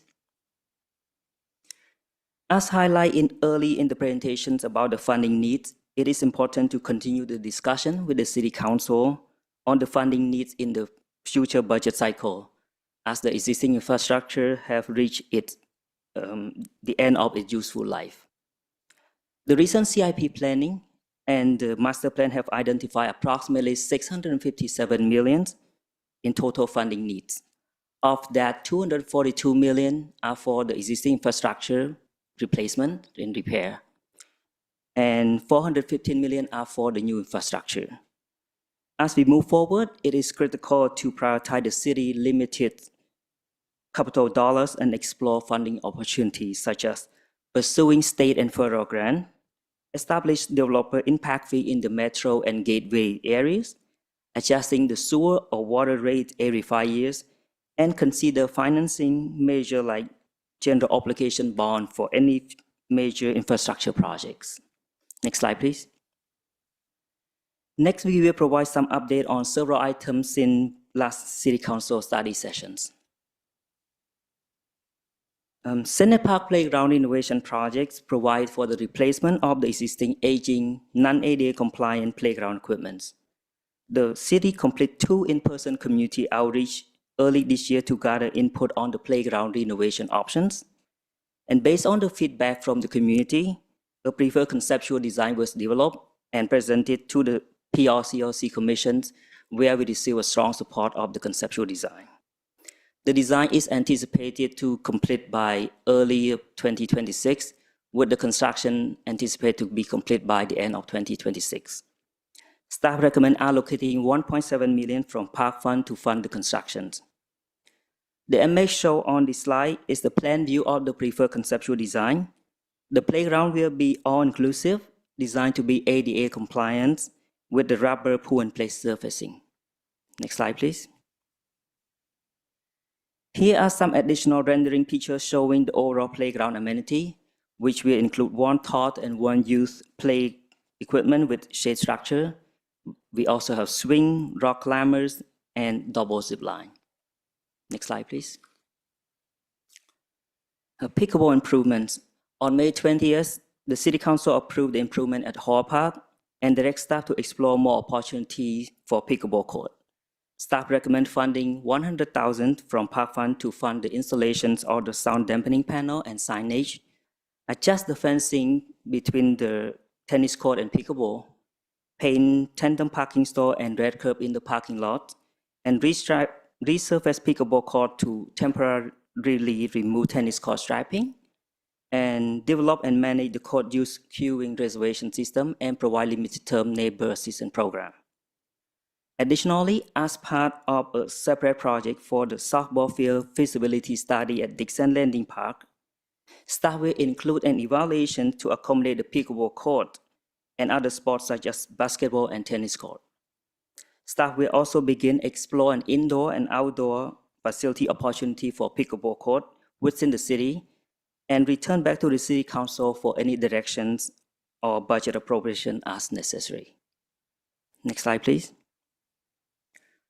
The end-user computer replacement projects provide for the replacement of 754 computers over the next 5 years. And based on the council feedback, staff re-evaluate the original work plan by front-load the first year with additional 50 computers and evenly distribute the replacement over the subsequent 4 years. Next slide, please. As part of the acquisition process for the property at 230 North Main Street, a Phase 1 environmental site assessment, also known as ESA, was completed through an existing agreement with Patre and Associates.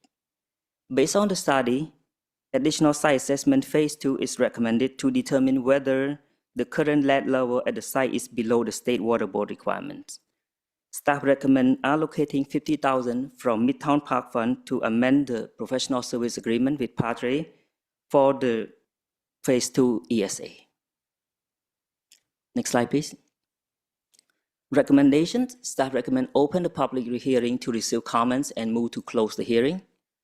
Adopt a resolution approve the fiscal year 2026-2030 capital improvement program and approve the budget appropriation of 50,000 from Midtown Park Fund for amendment number 1 to the professional service agreement with Patre Associate Inc. for Phase 2 environmental site assessment at 230 North Main Street. That concludes my presentation. I'll be happy to answer any question the council might have. Thank you, Mr. Liok. I hope I said your name right. So now we'll have the public comment. I have no public speaker cards and there are no hands raised on Zoom. Is there anyone from the public that would like to make any comments? Mr. Montemayor, come on up.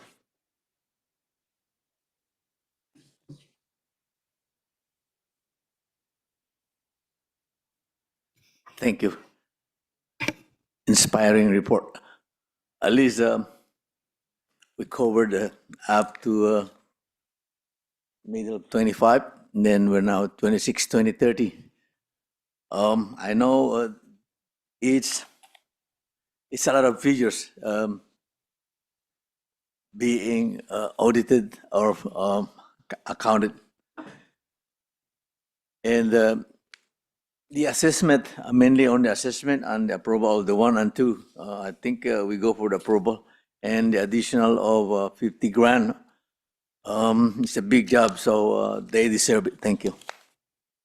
Thank you, Mr. Montemayor. Anyone else from the public that would like to make any comments on this item? Okay, so I will close the public hearing and move on to public discussion, to our council discussion. Colleagues have any comments to make on the presentation?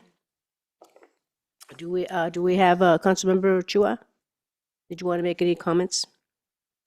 Thank you. Thank you, Mayor. It's a very clean CIP proposal, and we have looked into it a lot, several times. So I guess we're running out of questions, and all the questions, personally, all my questions have been answered before. So if there are no other comments from the City Council, I would like to move to approve item number 15 as stated on the agenda and as recommended by staff. Does anyone have any more comments? If not, make a second. We have Councilmember Lan. Yes, second. Can you speak on the mic? I second that. Okay, so it's seconded by Councilmember Lien. So a motion by Councilmember Chua and seconded by Lien. So we'll call for the vote.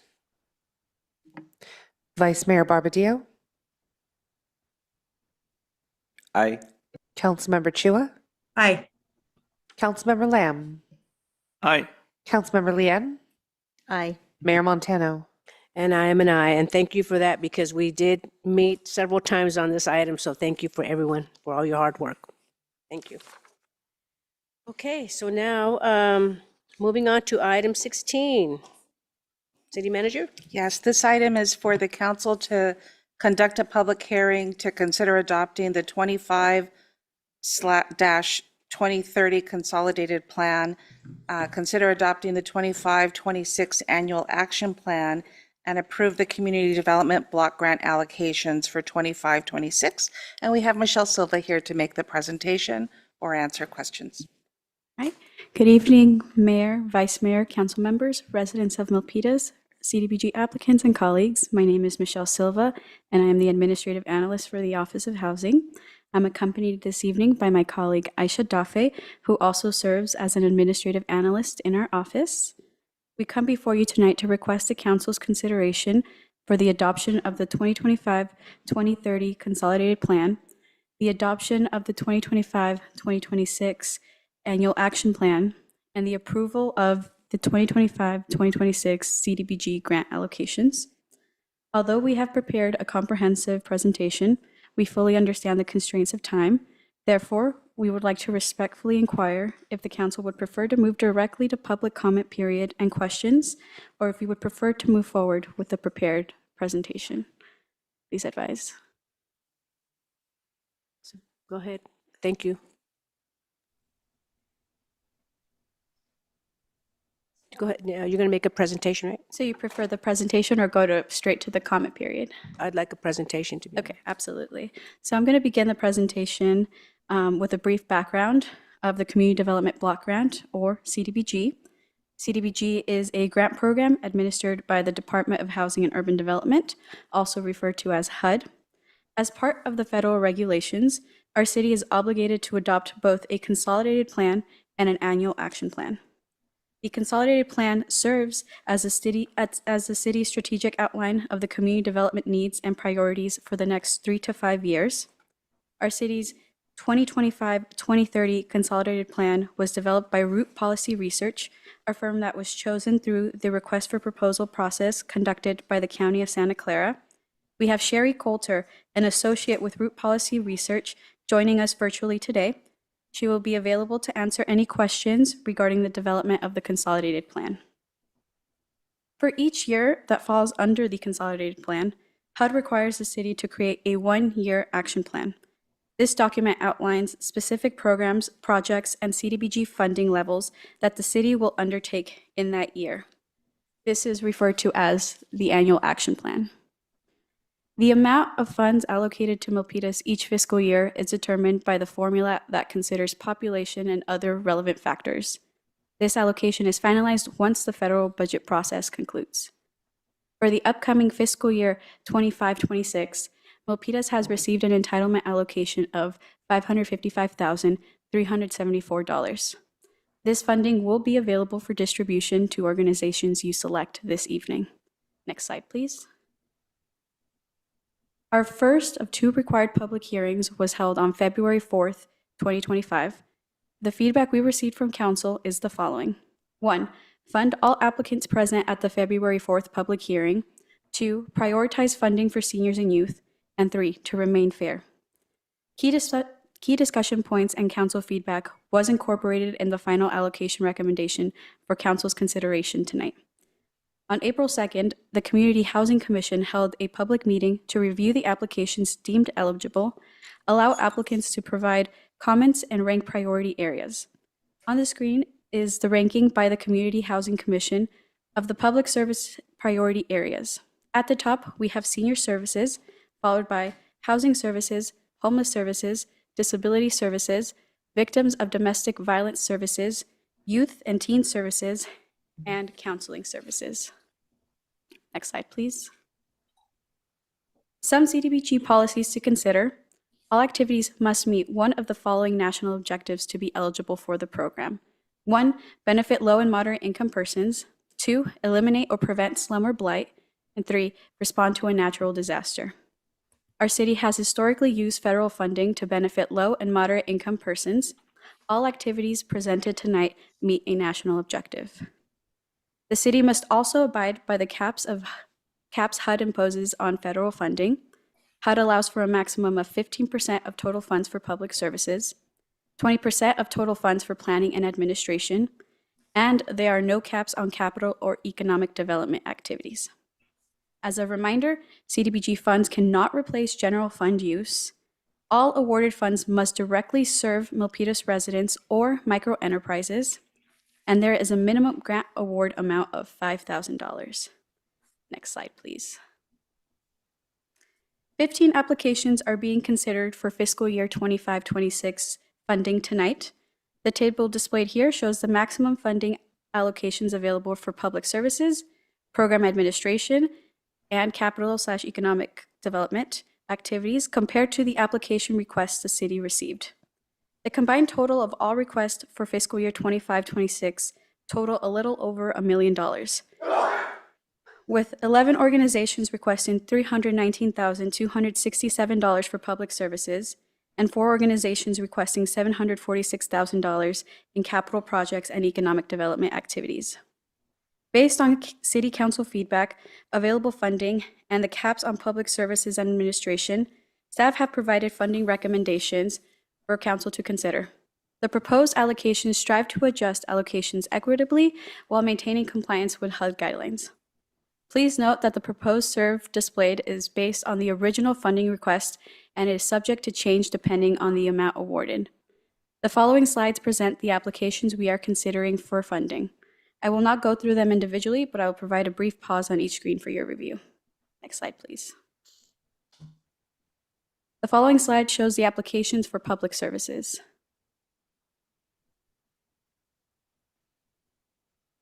Next slide, please. Okay, another brief pause on this slide. This is also public services. Next slide, please. So this slide shows the applications for capital and economic development. I will take the time to walk through these. The City of Milpitas initially requested $120,000 to provide grants to Milpitas microenterprises.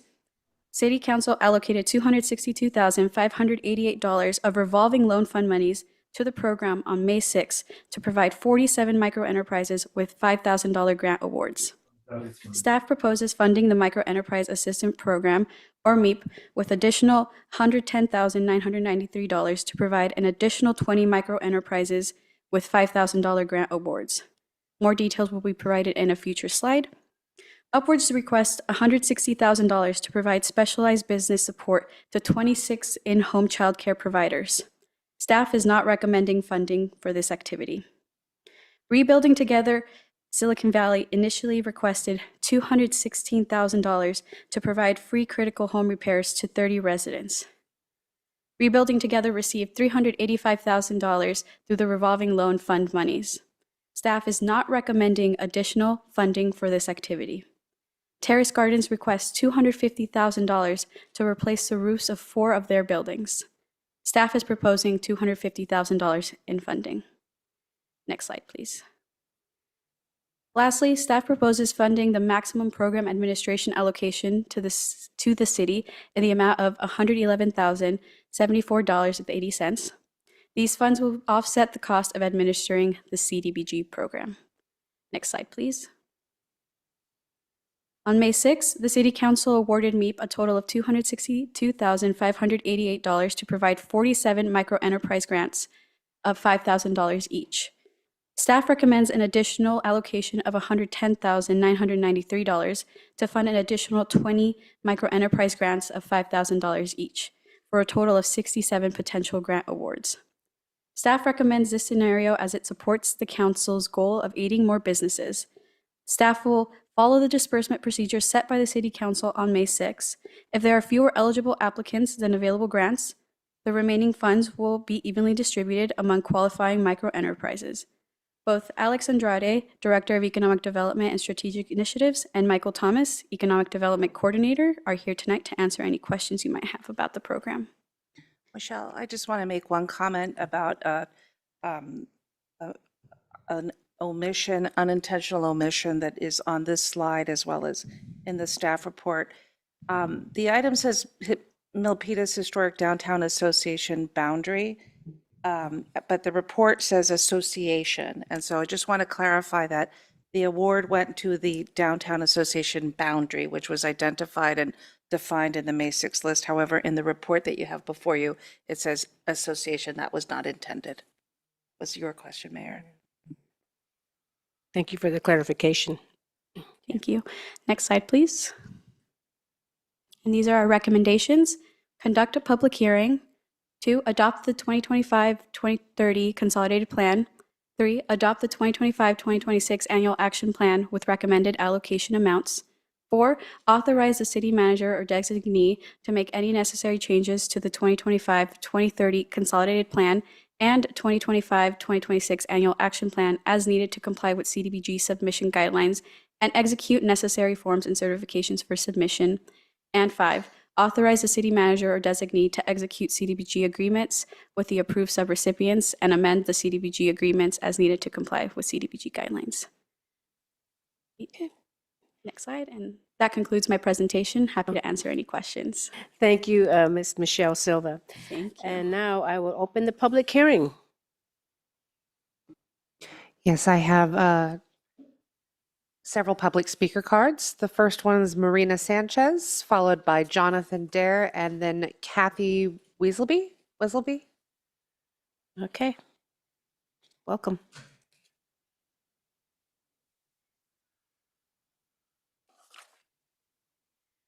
Good evening, Mayor Montano and City Council members. I'm Marina Sanchez. I'm the property manager at Terrace Gardens Senior Housing. We're just right across the street on Beresford Court. On behalf of Terrace Gardens, I'd like to express my appreciation for your consideration of our CDBG application for the replacement of the roofs of our A, B, C, and D buildings. We understand there are many competing priorities for CDBG funding, and we are grateful for your recognition of the importance of this project. Our staff remains committed to working closely with the city to ensure that our projects are successful and that we can provide vital services to our community's most vulnerable Milpitas population, our low-income senior clientele. We remain committed to working with our senior population to ensure that our community remains a place where all residents have access to safe, affordable, and inclusive housing. On behalf of our board of directors and staff, thank you so much for your consideration tonight. Thank you, and I appreciate you coming here tonight. Thank you. Thank you. Next, we have Jonathan Dare, followed by Kathy Weaselby, then Yoli Garcia. Thank you. It's a pleasure to be here again. I'm with Next Door Solutions to Domestic Violence. I think as many people know, a lot of our organizations have been going through a big struggle in the last few months. Our funding is shifting, changing, sometimes daily. Knowing that the cities that we serve, where survivors are coming to us for help, are consistent and doing everything they can. And I can hear how hard your city works to find funds for all these different projects. It really matters when we can say yes when someone comes to our door and says they need us. And that means everything from helping them find housing to court accompaniment to money to get through the next week of food to therapy services. We have a really comprehensive, I'm not going to walk you through all of it. I'd be happy to talk to anyone who wants to know more, but it really matters. And I really appreciate the opportunity to come before you so you see that there's people out there who are trying to apply the same level of intelligence and strength and hard decision making that your teams are doing. And I could see here, we're having those conversations as well. And some of them are they're very difficult decisions about what we do. But thank you for having us get this far in this process. I'm really hopeful that our CDBG grant will be approved. And we're always available to anyone who comes. We try to be available no matter what the funding level is. And I think that's what a lot of the crisis services in your city and in the county are trying to do. I just want to close by saying that one of the things that we don't always talk about is what happens when it works. We talk a lot about being there in crisis, and you all know that we do that. But what happens when it works is something I'm getting to see. Someone who's new to domestic violence work, it makes all the difference in the world in people's ability to raise their families, be present in their work, come to a meeting like this, show up and be in community. And those folks who need us to take them all the way through. So to say, yes, we're there in a crisis. Yes, we'll be there in court. Yes, we'll be there and work with the authorities, whoever we need to work with. But it's what happens for the next couple of years, frankly, beyond housing.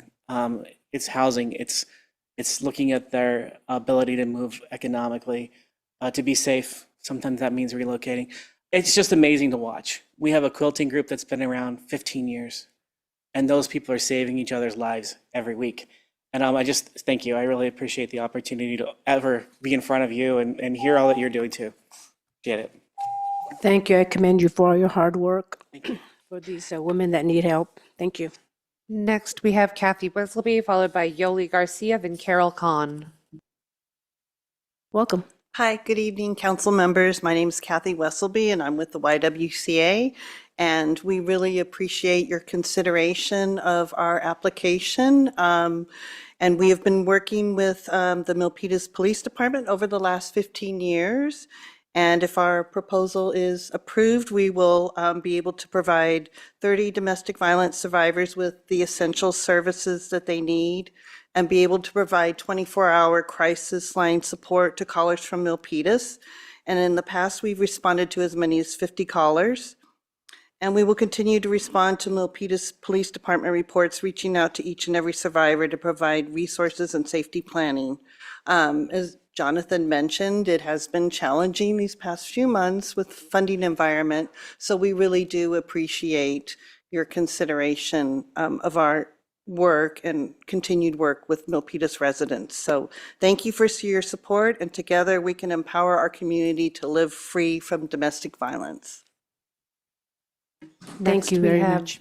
Yoli Garcia, followed by Carol Kahn, then Georgia Basile. Welcome. No, not in here. All right. Should be. Good evening, Mayor, Council members, and staff. I'm Yoli Garcia and current CEO of Hope for the Unhoused in Milpitas. I'd like to share information on how we serve and provide for our most vulnerable residents. We will be celebrating 4 years of community service in August, and we believe this is a vital service. Our weekly meal count is 60 to 80. Food is provided by Russell Middle School, Milpitas High School, Loaves and Fishes, and Community Ziva.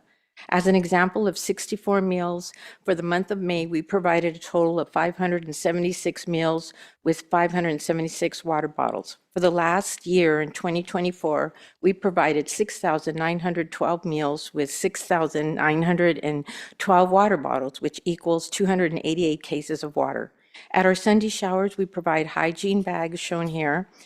In May, we gave out 140 kits. In 2024, we provided 1,680 hygiene kits. On Sunday, we also provide new socks, food, coffee, water, snacks, clothes, shoes, sleeping bags, and tents. We understand we are not eligible for funding this year due to a certain automobile liability requirement by the insurance company. This requirement has not been required before. The insurance company has not been able to explain this requirement even after months of requesting the explanation. It is a shame that Hope for the Unhoused will not be funded due to the insurance company inability to explain this requirement. Thank you. Thank you. Next, we have Carol Kahn, followed by Georgia Basile, then Voltaire Montemayor. Good evening. Thank you so much, Mayor and council members. I'm Carol Kahn. I'm the Executive Director of Project Sentinel, and I'm here to express on behalf of Project Sentinel our gratitude for your continued support. We've been operating in Milpitas for over a decade, assisting residents with both fighting housing discrimination as well as preserving housing and receiving tenant-landlord counseling. We do a ton of public events and education broadly for both tenants and housing providers alike. And we are committed to conciliation and mediation to de-escalate the kinds of conflicts that lead to eviction and homelessness. We definitely view our mission as part of the series of remedies available to prevent people from becoming unhoused. I do want to especially thank Michelle Silva, who's worked with us for many years now and is always a resource and font of information. And we remain steadfast in the funding challenges ahead and clearly in Milpitas to the hard work you're doing for city priorities to be funded. We are especially grateful. Thank you. Thank you. Next, we have Georgia Basile, followed by Voltaire Montemayor, and then we have one hand raised on Zoom. Welcome. Good evening. I was here on February 4th, very rainy evening, and I'm here again. Thank you so much for the opportunity to talk with you. Georgia Basile, Directing Attorney of Senior Adults Legal Assistance, or SALA. As you know, we provide free legal services to Milpitas residents 60 or older, targeting clients that are very low income or at risk of abuse or loss of independence. We are a current grantee, and we thank you so much. Your funding does support expanded availability of our services here in Milpitas. We provide our services locally at appointments at Barbara Lee Senior Center monthly and by phone for clients that cannot get to the senior center or that have emergencies and can't wait for a senior center appointment. We are recommended for funding in the action plan, and we thank the staff for that recommendation. We do address a range of critical matters that impact our clients' lives. For example, we address income insecurity by assisting clients with legal problems related to the public benefits they rely on, Social Security, SSI, Medicare, and Medi-Cal. We address housing instability by assisting clients with legal problems involving evictions, clients needing reasonable accommodations in their housing, or clients whose housing is in jeopardy. We address loss of autonomy by assisting clients to do basic legal planning for the future, to appoint someone to step in and handle their affairs when they can no longer do so through powers of attorney, really basic planning. And regrettably, as with the domestic violence programs, we address victims of elder abuse by assisting clients to remove abusive parties from their homes, usually family members, caregivers, even tenants they're renting out rooms to, so that they can continue to live safely in their homes. We can't charge fees for our services or accept fee-generating cases, so your funding is really important to help us provide the highest level of service possible. And now more than ever, with senior programs being under the chopping block, Medi-Cal being jeopardized, and cuts to Social Security staffing, your funding is very important to us. So thank you so much, and I do hope you'll approve the action plan recommendation. Thank you. Next, we have Voltaire Montemayor.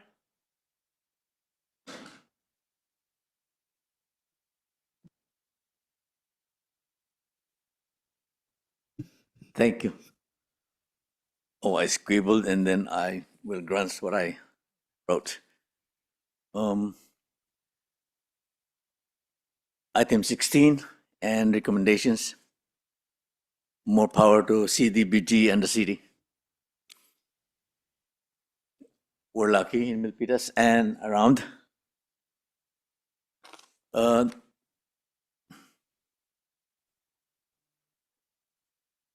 It's fairly distributed as far as the funds.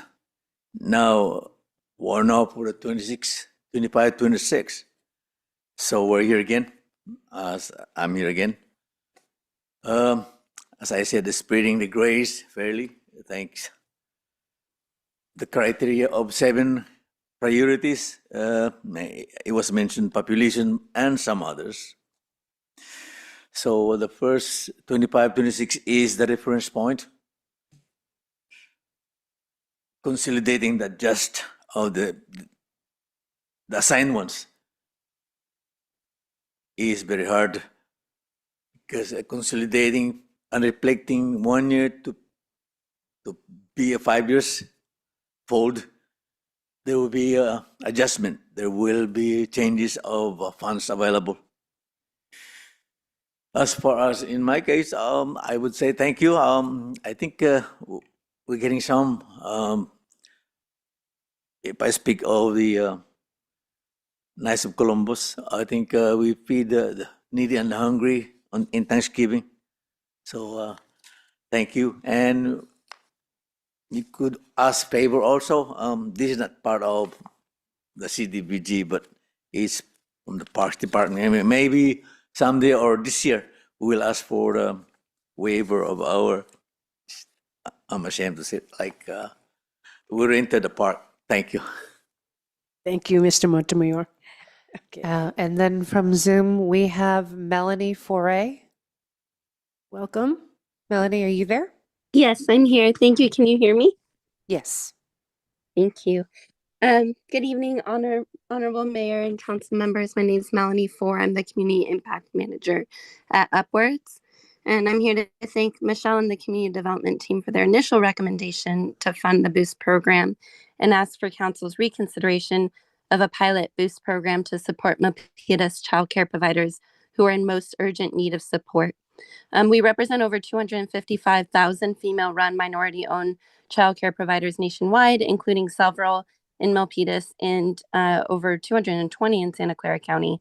I was recently invited to speak at a local Care Workers Council meeting in San Jose, where several providers from Milpitas and throughout the county shared an urgent need for business support. These providers love caring for children, but need help with marketing, managing enrollment, and billing. Boost helps them with all this and more from day one. The Boost program is designed specifically to support low to moderate income family childcare providers through a customized year-long one-on-one mentorship. We combine personalized coaching with powerful digital tools to help providers increase their capacity, boost revenue, and improve the quality and inclusivity of care. The providers, by the way, also receive free access to our childcare management system, which streamlines administrative tasks and helps save them 10 to 20 hours a week. And this will be free beyond the program year. Our dedicated Boost team includes bilingual care specialists, financial advisors, marketing and tech support, and they offer 24/7 assistance and create individual business strategies. In addition, we also help provide a teaching assistant subsidy that's outside of the CDBG funding to help them offset the staffing costs to expand capacity.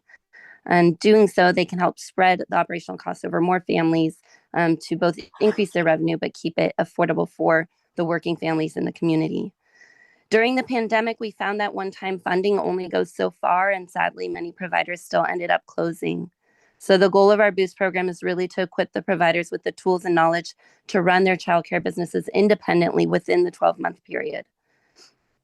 Providers who remain in the low to moderate income bracket will continue to receive our service at no cost. And as I mentioned, all providers will continue to have access to that childcare management system. Boost is a proven model. Our largest partner is San Jose, where we're supporting 133 providers and have already created 35 teaching jobs and helped over 400 families find care. They're expanding to 200 providers next year. San Mateo's entering its second year, Palo Alto's in its third year. And I'm pleased to share that I just went to Santa Clara County's meeting this morning where they approved a pilot program, as did Sunnyvale recently. I think this is all a testament to the success of the program. I'd be happy to share testimonials from local providers. Since our team's so active in the county, we'd be able to start immediately. And no doubt, sorry if I'm up Thank you. on time. Thank you so much. I just wanted to say we'd be really thrilled to launch a pilot program no matter the size. Thank you. Okay, anyone else? I have no additional public speaker cards or hands raised on Zoom. Thank you. Is there anyone from the public that would like to make any comments? Okay, I will close the public hearing. And now I'm moving on to council discussion. My colleagues have anything to say? Questions? I do have one, I think slide, if you could put slide, which one was it? I would like to make a suggestion. I would like to propose that we put 50,000 to Rebuilding Together Silicon Valley. And the reason being is I get a lot of calls from seniors that need a lot of help with their homes. And there is a particular person that's been struggling, and I think we could help them with this Rebuilding Together Silicon Valley. So I'd like to add, take the funding from the micro enterprise, take 50,000 from the 110,993, and they'll have 60,993 left. If we can move 50,000 to the Rebuilding Together Silicon Valley. So that's my proposal. I would like a second from someone if they would, that's a motion that I would like to make. Is there a second from anyone that would support me on that? A question, though. Your question? Yes, a question. Councilmember Lynn? If staff can verify or clarify the $385,000 that I heard during this presentation to Rebuilding Together, was it this year or was it last year? So the 385K will be allocated for 25-26. Okay, so Mayor, you're asking for another 50,000 on top of this 385,000? No, they're not getting anything. It's zero.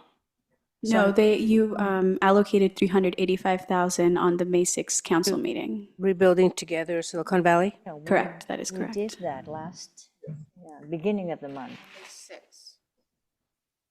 So we do have money in there then? I mean, they are going to be getting something. Oh, okay. Okay. Why does it here say zero? We are recommending no additional funding. Oh, I see. Okay. So this is from entitlement funds, and the other one was revolving loan fund money. So Okay. different buckets, but still CDBG. But so That is Rebuilding Together Silicon Valley will be receiving some funding. Correct. They If will we be approve receiving this. Okay. 185,000. Okay, then that's fine. Thanks for that clarification. Okay, good. Yeah, it's sorely needed. A lot of these folks, they depend on these funds. So that's great. I don't have to move for that proposal. Okay. So anybody have any questions? We have Councilmember Lynn. Yes, I would like to propose that we fund Hopefully In-House because of the work that they do and the homelessness that they serve. I joined them in one of the session walking to the homeless areas and serve them. They have food, and this is every week. They have food, they have Sunday, water and everything. So with the $10,000 that they request, we can at least fund that or maybe a little less, but zero, that will jeopardize the work that they do for the homelessness. I think the trouble comes when they cannot meet the insurance requirements. This is what the city requires. And so if they cannot meet it, we could work with them to get them up to speed to be able to meet it in the next funding year. But This year, they have not met it. We've been working for them for the past year. It's more than just one insurance, I guess, item. There's multiple documents and insurance that is missing. Yes, Councilmember, I'd like to just add on to what Michelle said. Unfortunately, we wouldn't be able to provide them the money this year because they won't be able to meet the city's insurance requirements, but we have spoken to them. And Finance Director Luz Cressy-Howe is going to engage as well with them and us over the next few months to see if we can help them figure out how to gain the appropriate insurances so they will be eligible in future cycles. So what changes from the last funding to this year's funding request? So yes, we did give them $5,000 for fiscal year 24-25. We have not been able to execute an agreement with them because they have not been able to provide insurance requirements. So at this point, we're looking to revoke those $5,000 grant. Okay, and they can apply for the next year's. They can apply for 26-27. Okay, and will we help them in seeking for an insurance company that would underwrite the policy? We can connect them with an affordable option for them. All right, thank you. Thank you, Councilmember Lin. Is there anyone else that would like to Mayor, make? We have Councilmember Chua with her hand raised. Councilmember Chua, you're on. Thank you, Mayor. Since we've done the public hearing, and I think that's it for the rest of the council, I would like to move to approve item 16 based on the recommendations by staff as stated on the agenda. Okay, it was a move by Councilmember Chua. Is there a second?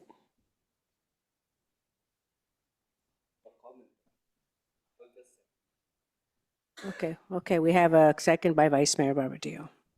And if you want to make a comment, it's up to you. Okay, all right, so that's, we have first of all, we'll have to backtrack. There's a council member that wants to make a comment.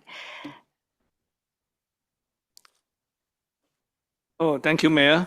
I have no issues for adopting the staff recommendation. The only thing I want to add is I like the staff to validate and audit each and every one of the candidate who receive the funds at least twice a year. Do what now? Yeah, so our typical auditing is we do quarterly reports. So they submit them when they submit their requests for reimbursement. And so I personally look through all the documents, the supporting documents, and those can include receipts, personnel, time cards, balance statements, just whatever. And I personally look through these, make sure that they're valid.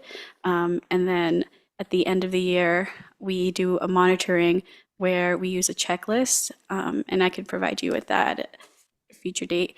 And we audit our subgrantees. And we're pretty much complete for the year. We have 2 remaining. And then if we find any concerns or issues, that we make note of it and make sure that they correct it for the following year. And I want to add that when there's a significant issue in the past, we will and have notified the city council of that. There was an example in the past year where we had to do that. Okay, sounds like you receive report every quarters. Correct. And what Matt is referring to was a fraud case, and we did end up getting a repayment from that organization. So we did receive those funding backs, and it's because we reviewed and had our monitoring. Okay, thank you. No further questions? Okay, thank you, Councilmember Lam. Okay, so we have a motion by Chua and second by Vice Mayor Barbadillo. So let's call for the vote. Vice Mayor Barbadillo? Aye. Councilmember Chua? Aye. Councilmember Lamb, Aye. Councilmember Leanne, Aye. Mayor Montano. And I am an aye. Okay, thank you, everyone. And so now we're going to move to C7. These are the item that was pulled. We have Councilmember Lin that pulled this item.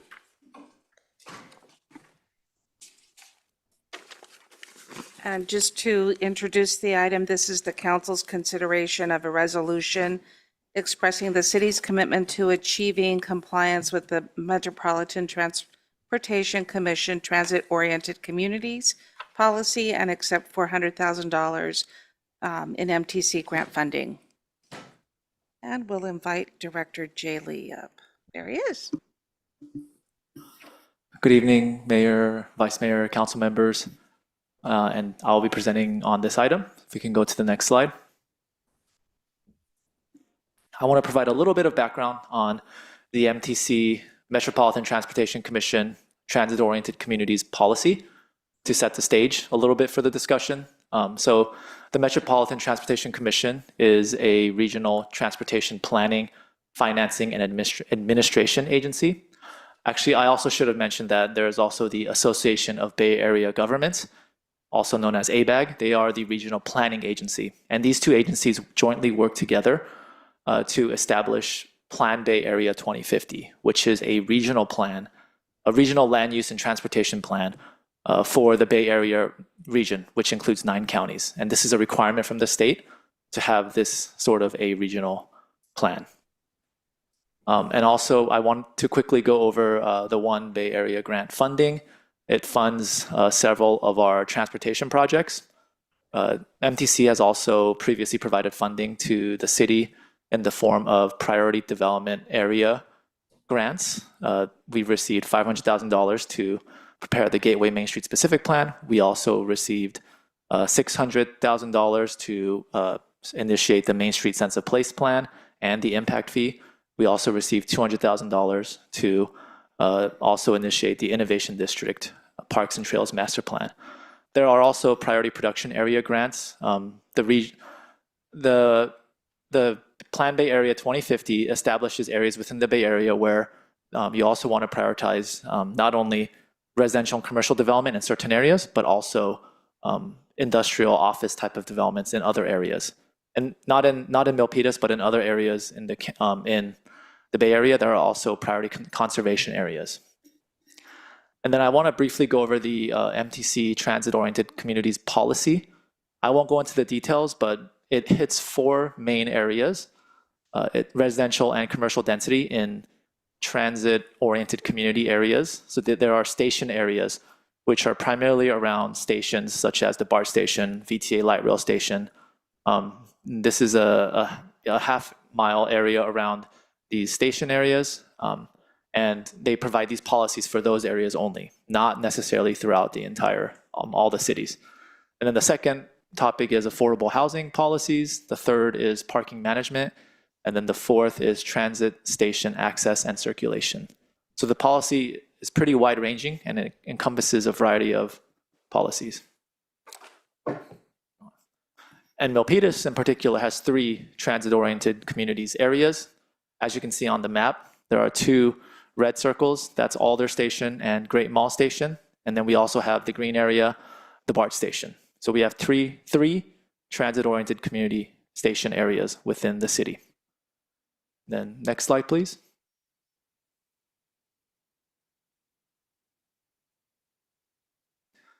And I guess before going through the scope of work for Milpitas in particular, MTC is providing funding for cities that choose to either comply with part or all of the TOC policy. I don't think there are many jurisdictions proposing to comply with the entire policy, but there are various jurisdictions that are proposing to comply with certain parts of the policy. Milpitas actually already complies with several aspects of this policy. What staff did was we analyzed our existing regulations and standards, looked at MTC's TOC policy, and evaluated the policies that are feasible for Milpitas. And the scope of work that I will go over will demonstrate what those 2 areas are. MTC is providing funding to do this work, as they've provided funding for many other projects. in order to encourage cities to implement their Plan Bay Area 2050. And staff really did a thorough analysis of what was feasible. And I want to be very clear on what our scope of work is, just so that there isn't any misunderstanding. It includes only two aspects, one of which is to increase the allowable commercial and office density, also known as the floor area ratio, in only the BART station TOC area. This does not include any increases to the residential density. So we are not proposing to increase the amount of residential development that is allowed in the BART station TOC area, and no kind of additional development in any of the other TOC areas. What this would do is that it would improve the feasibility of commercial and office developments, as we are only proposing to increase the maximum commercial and office that's allowed. So we are not saying that you have to develop a certain amount of office and commercial, but we're just saying you could build more if you wanted to. So for example, if somebody wanted, and we're increasing this number from 4.83 to 6. So what this is allowing is for the higher, the taller, like Class A office buildings that we probably would want to see in Milpitas, and nothing else.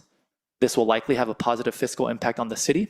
And also MTC has indicated that even partial compliance with the TOC policy will increase our competitiveness for future MTC grants.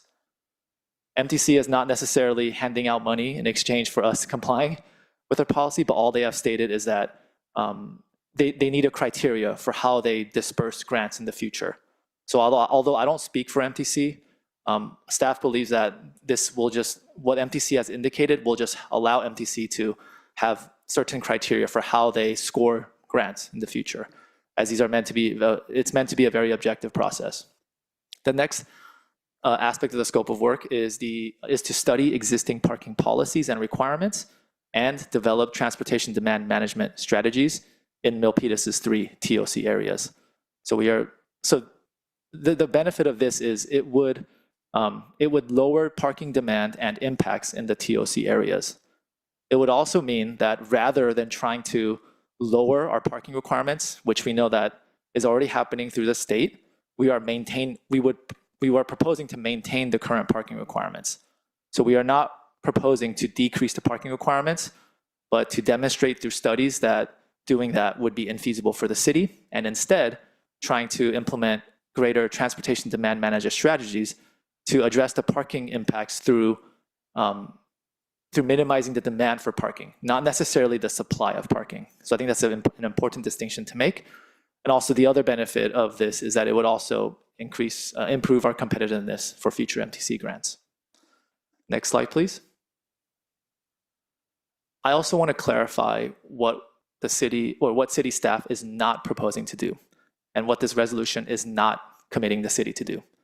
Adopting this resolution will not commit the city to compliance with the entire TOC policy. The TOC policy is voluntary, and MTC is not requiring cities to comply with the entire policy. We are only proposing to complete the work necessary for compliance with the stated scope of work, which are the only 2 areas that I had gone through. The city is also not proposing to comply with any of the affordable housing components of the TOC policy. I think there has been some information out there from the administrative guidance from MTC that certain policies related to affordable housing require financial commitments from cities. We looked at all the affordable housing components of the TOC policy and decided that that was not a good fit for the city of Milpitas. So we are not pursuing any compliance with any of the TOC policies. Therefore, we are not committing to any sort of funding or local commitment from a financial perspective to comply with the TOC policy. And I already went to point number 3. But to also clarify, there are other ways of complying with the affordable housing policies that do not require financial commitment from the city. So even if we were to ever have any desire to do that, there are other avenues that would not require financial commitment. Also, the city is not proposing to increase residential density in the TOC area, and the city will not lose local control over development in any way. MTC does not operate the same way that the state does. MTC is a regional, and ABAG, they are regional planning agencies that do not have the regulatory authority that the state has. So in committing to this work, there is no loss of any local control. Aside from increasing the allowable, the FAR, there is no loss of control over any of the other standards that the city has put in place. that is not already happening through other state law. So I just wanted to make these clarifications just so that we are crystal clear on what we are proposing as staff. Next slide, please. So that concludes my brief presentation, and I'm here to answer any questions. Thank you. Thank you, Jay. Do you have any comments from the public? I have a public speaker card from Anil Babar. Welcome.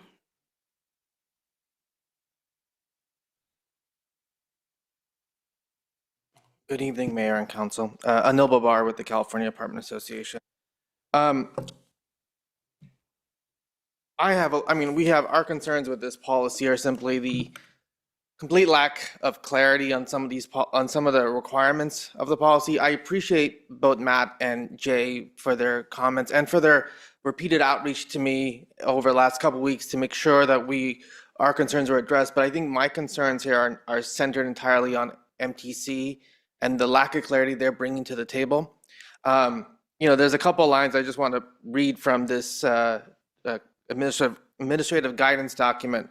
One is that jurisdictions will be evaluated for compliance with all requirements in each of the 4 topic areas.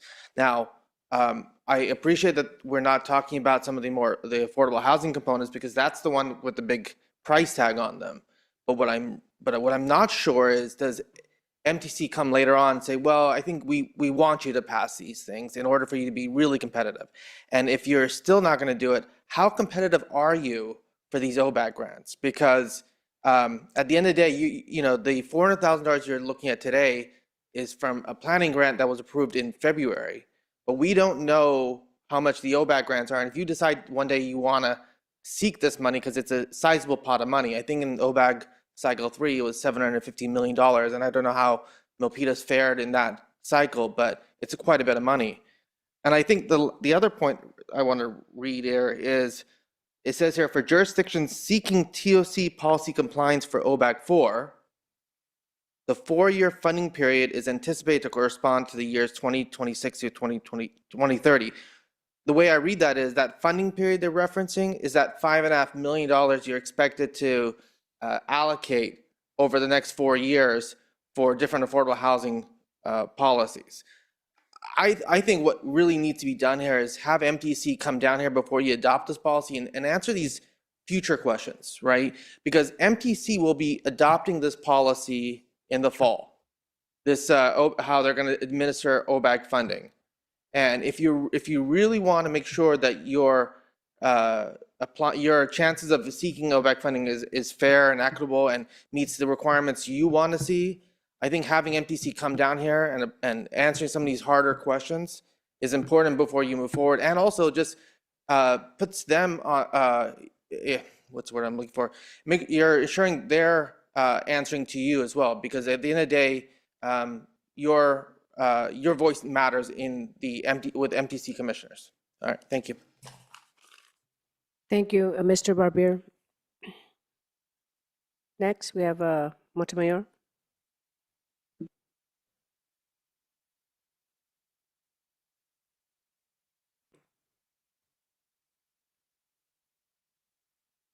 Thank you.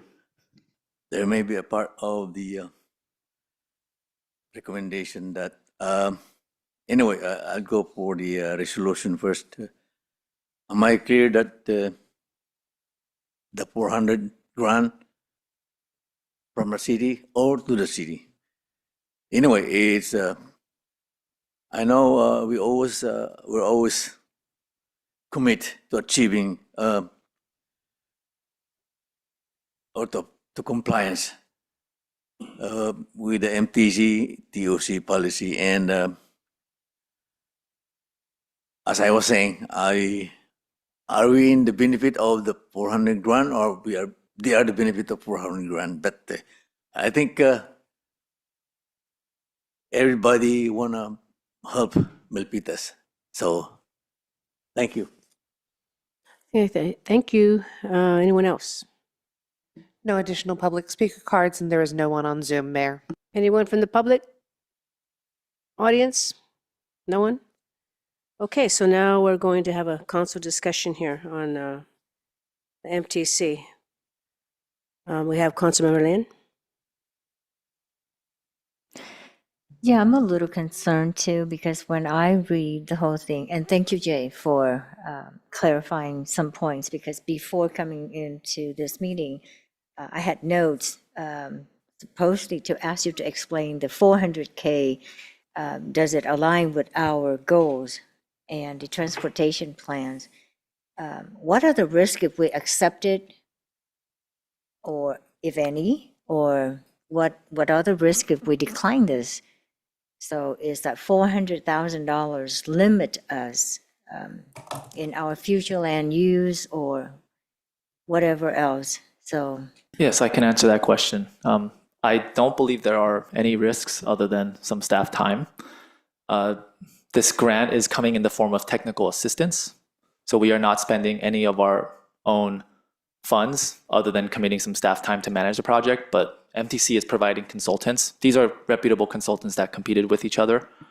Many of those who have actually already done work within the city.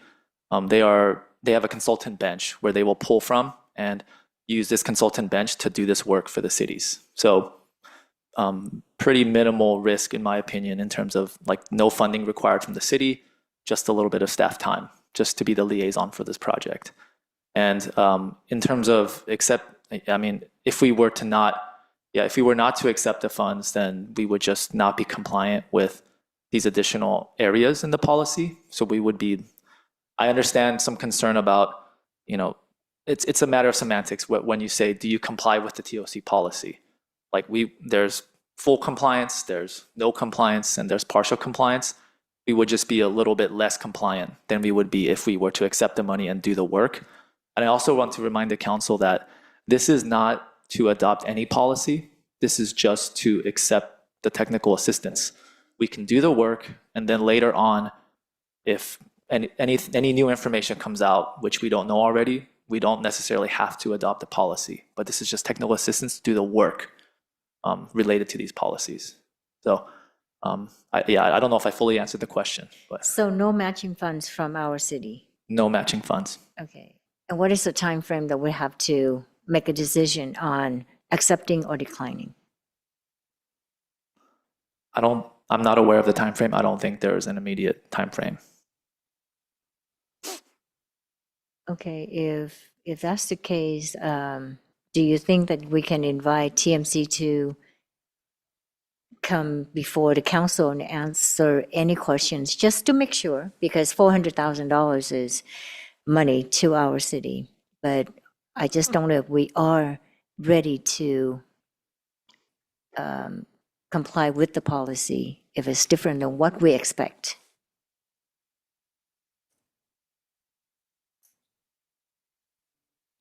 I'll weigh in a little bit and then ask Jay to clarify. We will take council's direction, so we could always reach out to MTC with that request if that's the council's direction. However, I don't know if they would be able to come down here. We would have to make that request of them. I do want to reiterate what Planning Director Lee said, though. There's two very clear commitments that we would be making this evening if council adopted staff's recommendation in the resolution, is to do the technical work for the overlay and for the transportation and parking plan. The council would not be supporting MTC's overall policies or adopting any new policies this evening. I was going to suggest that if we can't get them here in person, perhaps we could get them to confirm in writing. That would be good too. Okay. Yeah. If I may add, and I spoke with my staff who applied for the grant and did more of the work. MTC asked us to do it by July. Okay. Well, So if we can let's- contact them, city Let's have some manager? dialogue, because we haven't even decided. I think we need to decide if we even want them to come to before us. Do you have any more questions? No, I'm Okay, good. If Thank you. if I may, I have a recommendation, because I don't think we are necessarily coming here for asking for an adoption of the policy. It's just whether we want the council to express support, and that's a condition of the city receiving the grant. My recommendation would be to if the council is open to this, is if you feel this way, to express support, and then we can reach out to MTC to get those specific answers that we wanted, definitely prior to any adoption of any policy. Yeah, thank you. We have Vice Mayor Barbadillo.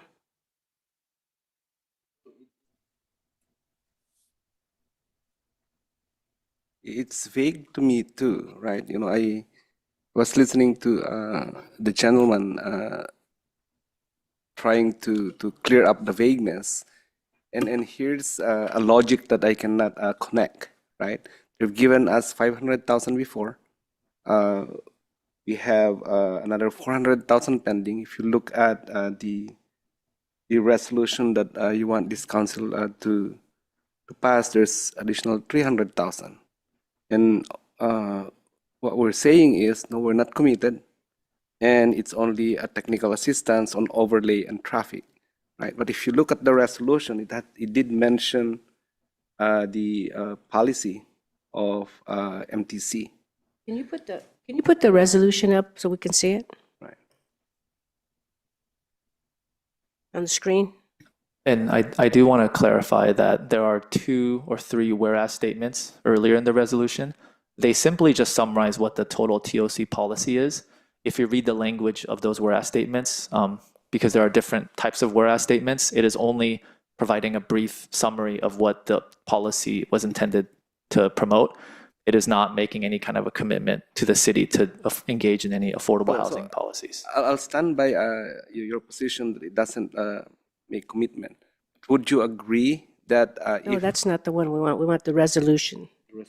Not the all right, clarifications. well, would you agree that okay, it's a technical assistance on plan preparation, right?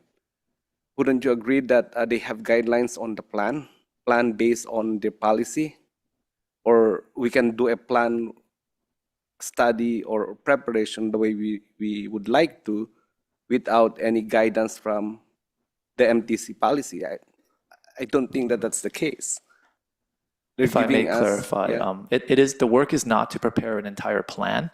It is simply to establish an overlay that will increase the commercial floor area from 4.83, the maximum average for the area, from that to 6. So it is not a plan, and there is no guidance from MTC for what that plan looks like, because their only guidance is literally to increase the floor area ratio from 4.83 to 6. But overall, policy of MTC is different. So we're piecemealing something that we get grant from on a particular section of the overall MTC policy. If you look, it's clear. It's the MTC Resolution 5530 revised.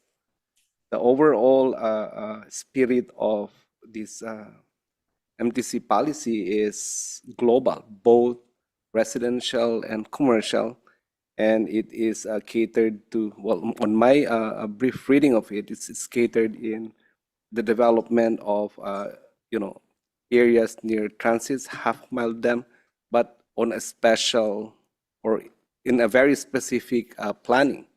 So they grant us money for technical assistance, hundreds of thousands. Are we not expected to plan or do an overlay or whatever technical assistance in accordance at least to what their policies are?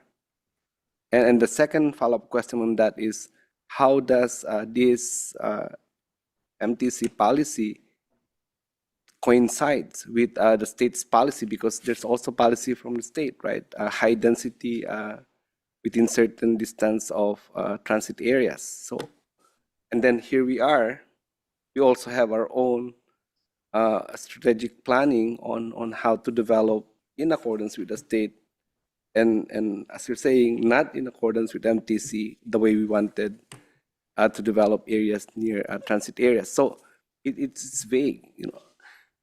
I think we need more clarity.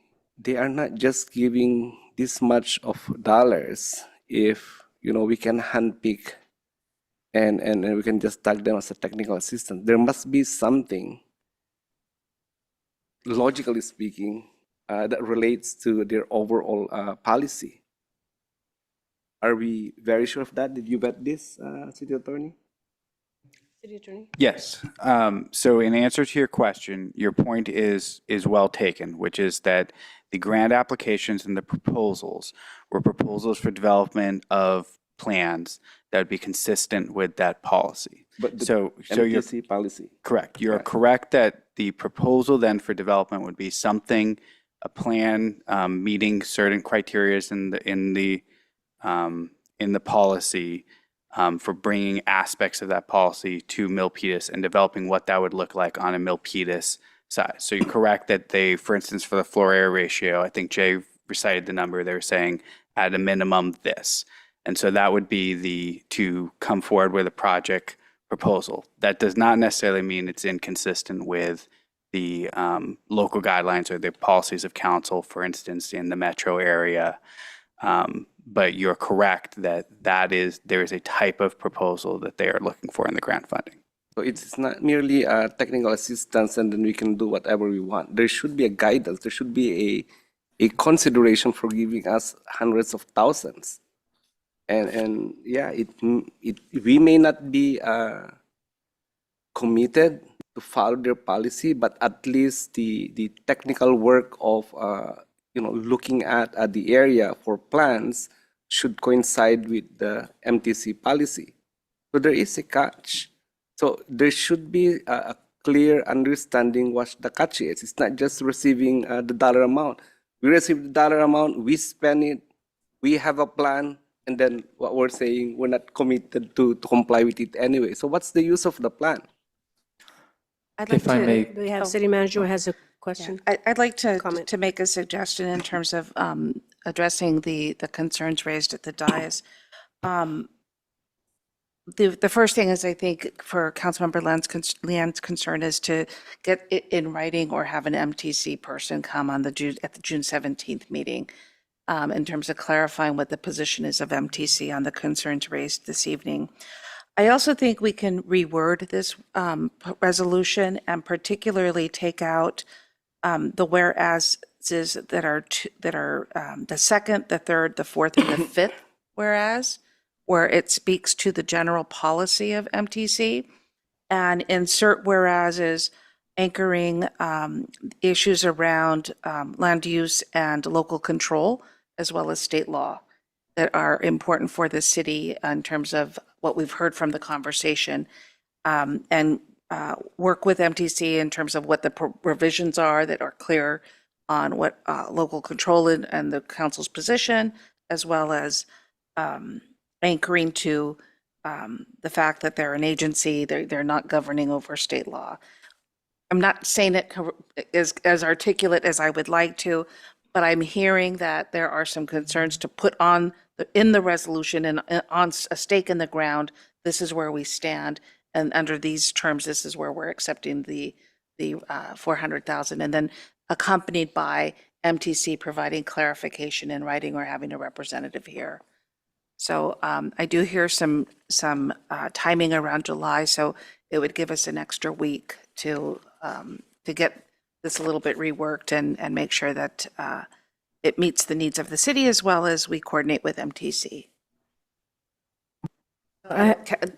Jay, I don't know if you wanted to add anything. Thank you, City Manager. Just real briefly that there is no catch other than doing the work to try to comply with the stated policies. So, and that's what we've limited the scope to. There is no other catch in terms of having to comply with the rest of the policy. It's a purely voluntary. If there's no other catch, or we're just self-assessing and understanding what we believe that there's no catch? Did we? I think with the way I understand in all my conversations and everything that I've read, that there is no catch. But with anything, there could always, someone could always question the truth of something for any item. Did you have conversation with MTC? Yes. All right. And they did say that there's no catch? Not those exact words. Right. Well, that's what I'm saying. It's just logic, as I said. And, it's better, to be sure. They're giving us hundreds of thousands, and we're calling it technical assistance. but there will be something assistance on preparing a plan based on what, or an or policy. Why should they give us money based on their policy? If that's clear, and then we find that out, and it does not go against our own and the state, then by all means, let's ask double the money. But we ask that when we are sure. Councilmember Lamb. And Mayor, Councilmember Chua also has her hand up. And then after Lamb will be Chu, and then City Attorney wants to say comment.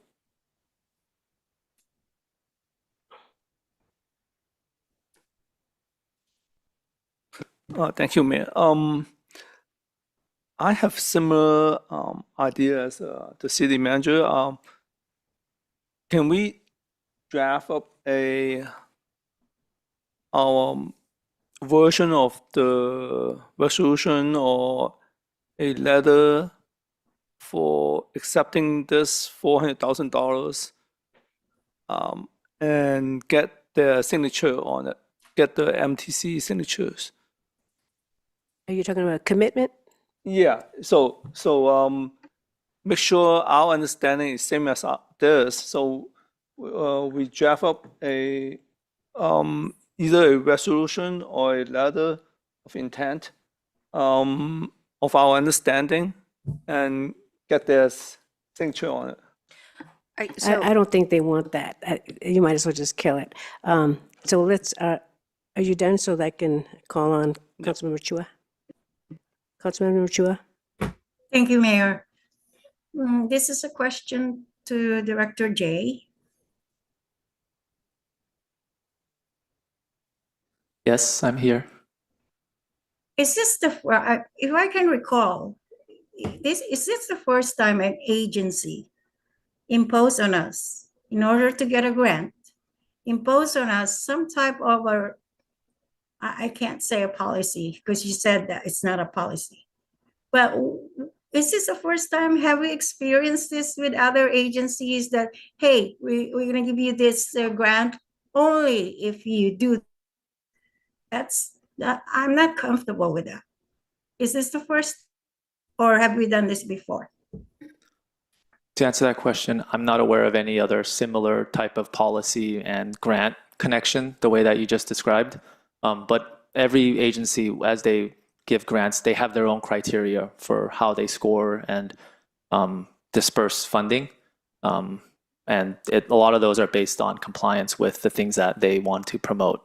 But specifically in terms of like, if you comply with this policy, then I understand. this will make you more competitive or add points.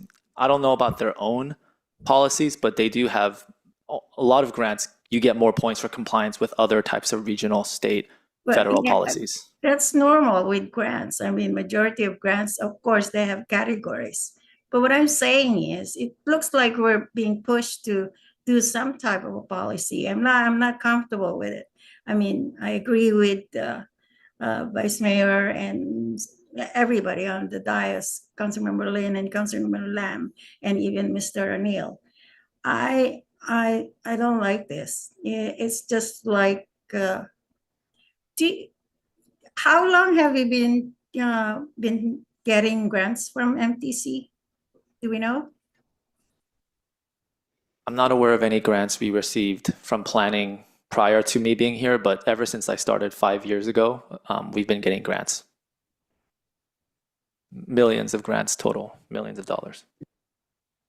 And this is the first time this came up, this criteria? So the TOC policy that they adopted is rather new, following the Plan Bay Area 2050. So this is not something that existed when I started here 5 years ago and when we got some of the earlier grants from MTC. Do you know if other cities have complied?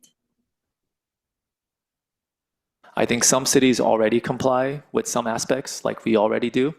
I'm not aware of any city that complies with every policy or every aspect of the policy, as they are very aspirational and they are voluntary.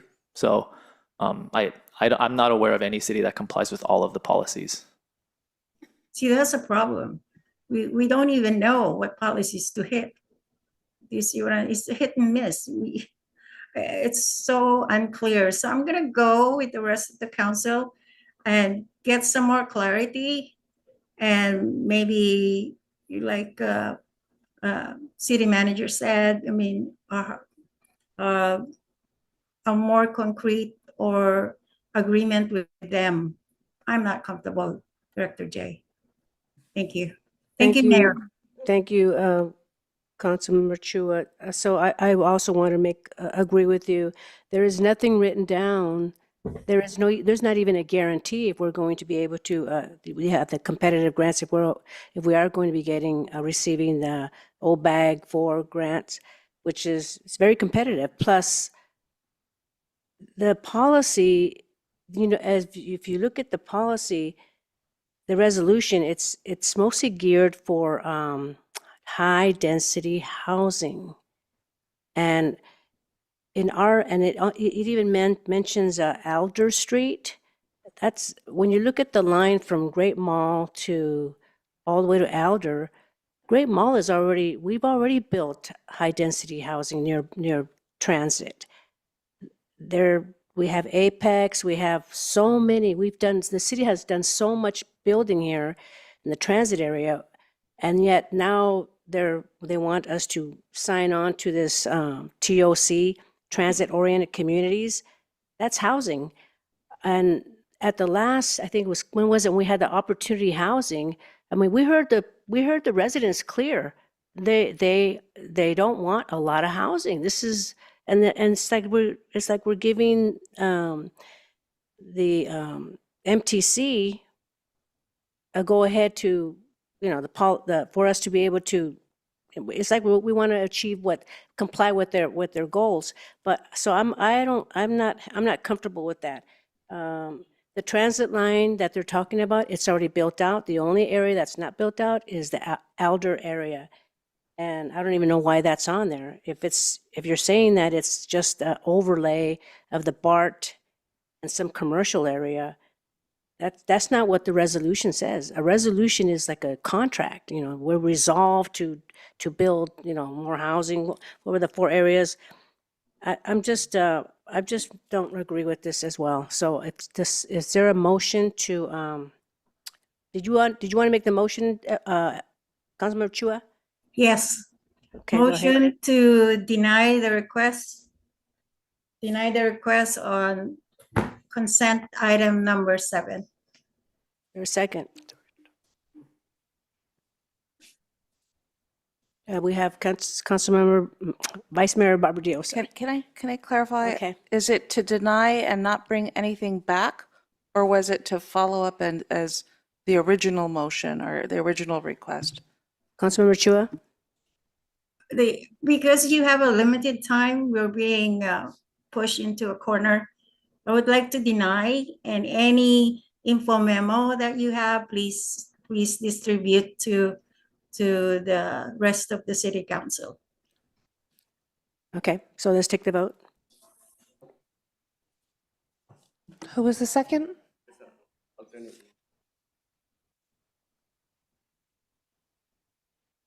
So we have Councilmember Lin.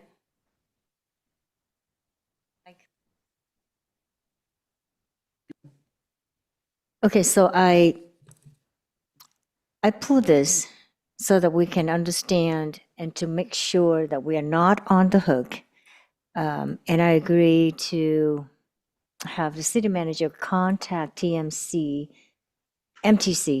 to make sure that they agree to our resolution, which Chris is going to rewrite.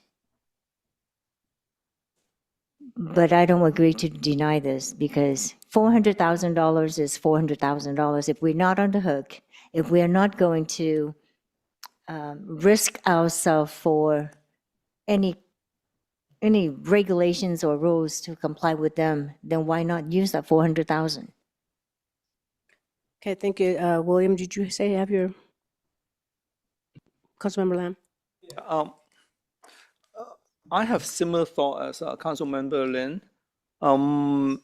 I would postpone since we still have a couple months. No, when? July. June, beginning of June, so, or is it end of July or? We can come back at the June 17th city council meeting. Yeah, so we have at least a month and a half to look into this. Council member, we only have one meeting left in June. Oh, we don't have July. Oh, I see. So this is, July is, It's not July. bring back June, yeah, okay. Let's bring back on the next council meeting and look, perhaps we can find more answers. Yeah, let's bring back this issue on June 17th. And then have the staff contact MTC to get more answers. And confirm So, confirm our understandings. Councilmember Chua, would you go with Councilmember Lamb's recommendation or to deny?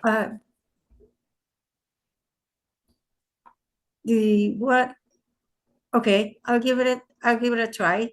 See what they come up with on June 16th or 17th, whenever the next. 17th.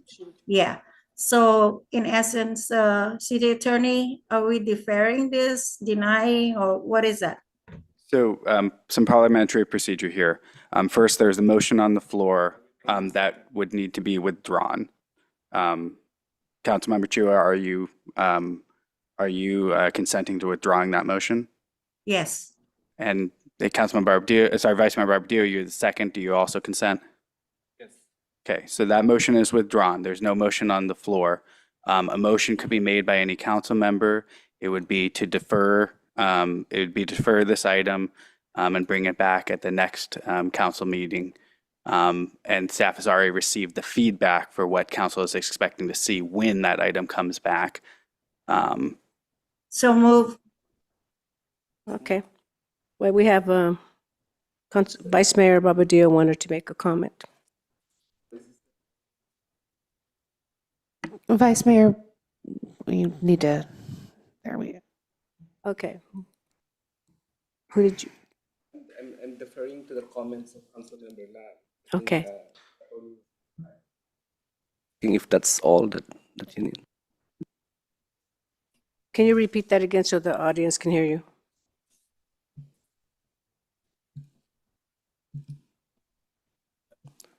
I was in the impression that the city attorney is confirming your alternate motion. I mean, your motion, there's no more, your motion. Is that all that you've asked? We have Councilmember Lam. Yes, I'd like to move to defer this item to the next council meeting. We already have a motion. Yeah, I thought I made that. And then Councilmember Chua said so moved when we brought up the deferral.